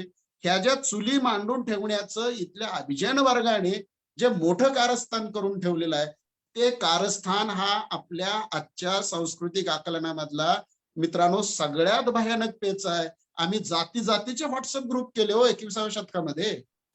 हे का झालं, तर मग मला म्हणजे मी मूल निवासी संघामध्ये काम केलेलं आहे. मी वामन मेश्रामांच्या संघटनेमध्ये सुद्धा काम केलेलं आहे. मी मराठा सेवा संघाचा मी अभिजात म्हणजे काय लाईफ मेंबर होतो. माझ्या लक्षात आलं की ह्या काही गोष्टी महत्वाच्या आहेतच, पण याच्यामधून ज्या काही भिंती तयार होत, खरं तर यांनी खूप भिंत खिळखिळी केली. म्हणजे मूल निवासी संघाने वा मराठा सेवा संघाने यांनी खूप काही भिंती खिळखिळी केल्या, पण तरी सुद्धा या सगळ्याच्या पलीकडे जाऊन तुम्हाला मी म्हणतोय की थेट निवृत्ती, लोकायत, चारवाक, कापिलिक, सांख्य, बौद्ध, ते मग पुढे बाबासाहेब आंबेडकर, महात्मा फुले असं तुम्हाला जोडलं तर तुमच्या भारताची एक सरळ रेषा ओढता येते. इथं ब्राह्मण, ब्राह्मणेतर, अभिजन, बहुजन हा बिलकुल वादाचा मुद्दा राहत नाही. तुम्हाला इतकं व्यापक व्हावं लागेल. हाच माझ्या आजच्या व्याख्यानाच्या मांडणीचा मूळ संदर्भ होता. धन्यवाद सर. निखिलराव. दापसे सर एकच सेकंद. कदम सर, हा मी एक ग्रंथ दाखवतोय बघा, तो दिसत असेल. हो, मी तो तुम्हाला- संदर्भासाठी दाखवतोय. तो आहे भारताची राष्ट्रीय संस्कृती या आता दाखवू साबित सर. हुसेन नावाचा. सरांनी आता दाखवा सर, तुम्हाला पिन केलेला आहे. जो प्रश्न विचारला ना त्याची सगळी उत्तरं त्या ग्रंथामध्ये आहेत. तेच ना. अतिशय महत्वाचा संस्कृतीवरचा तो ग्रंथ आहे. एस आबिद हुसेन यांचा भारतीय राष्ट्रीय संस्कृती नावाचा. एवढाच एक आता- संदर्भ मला द्यायचा होता. दापसे सर, हा, आता दाखवा, तो पुस्तक दाखवा, तुम्हाला पिन केलेला आहे. आता पूर्ण दिसल ते. Yes, okay. हा, धन्यवाद. निखिलराव.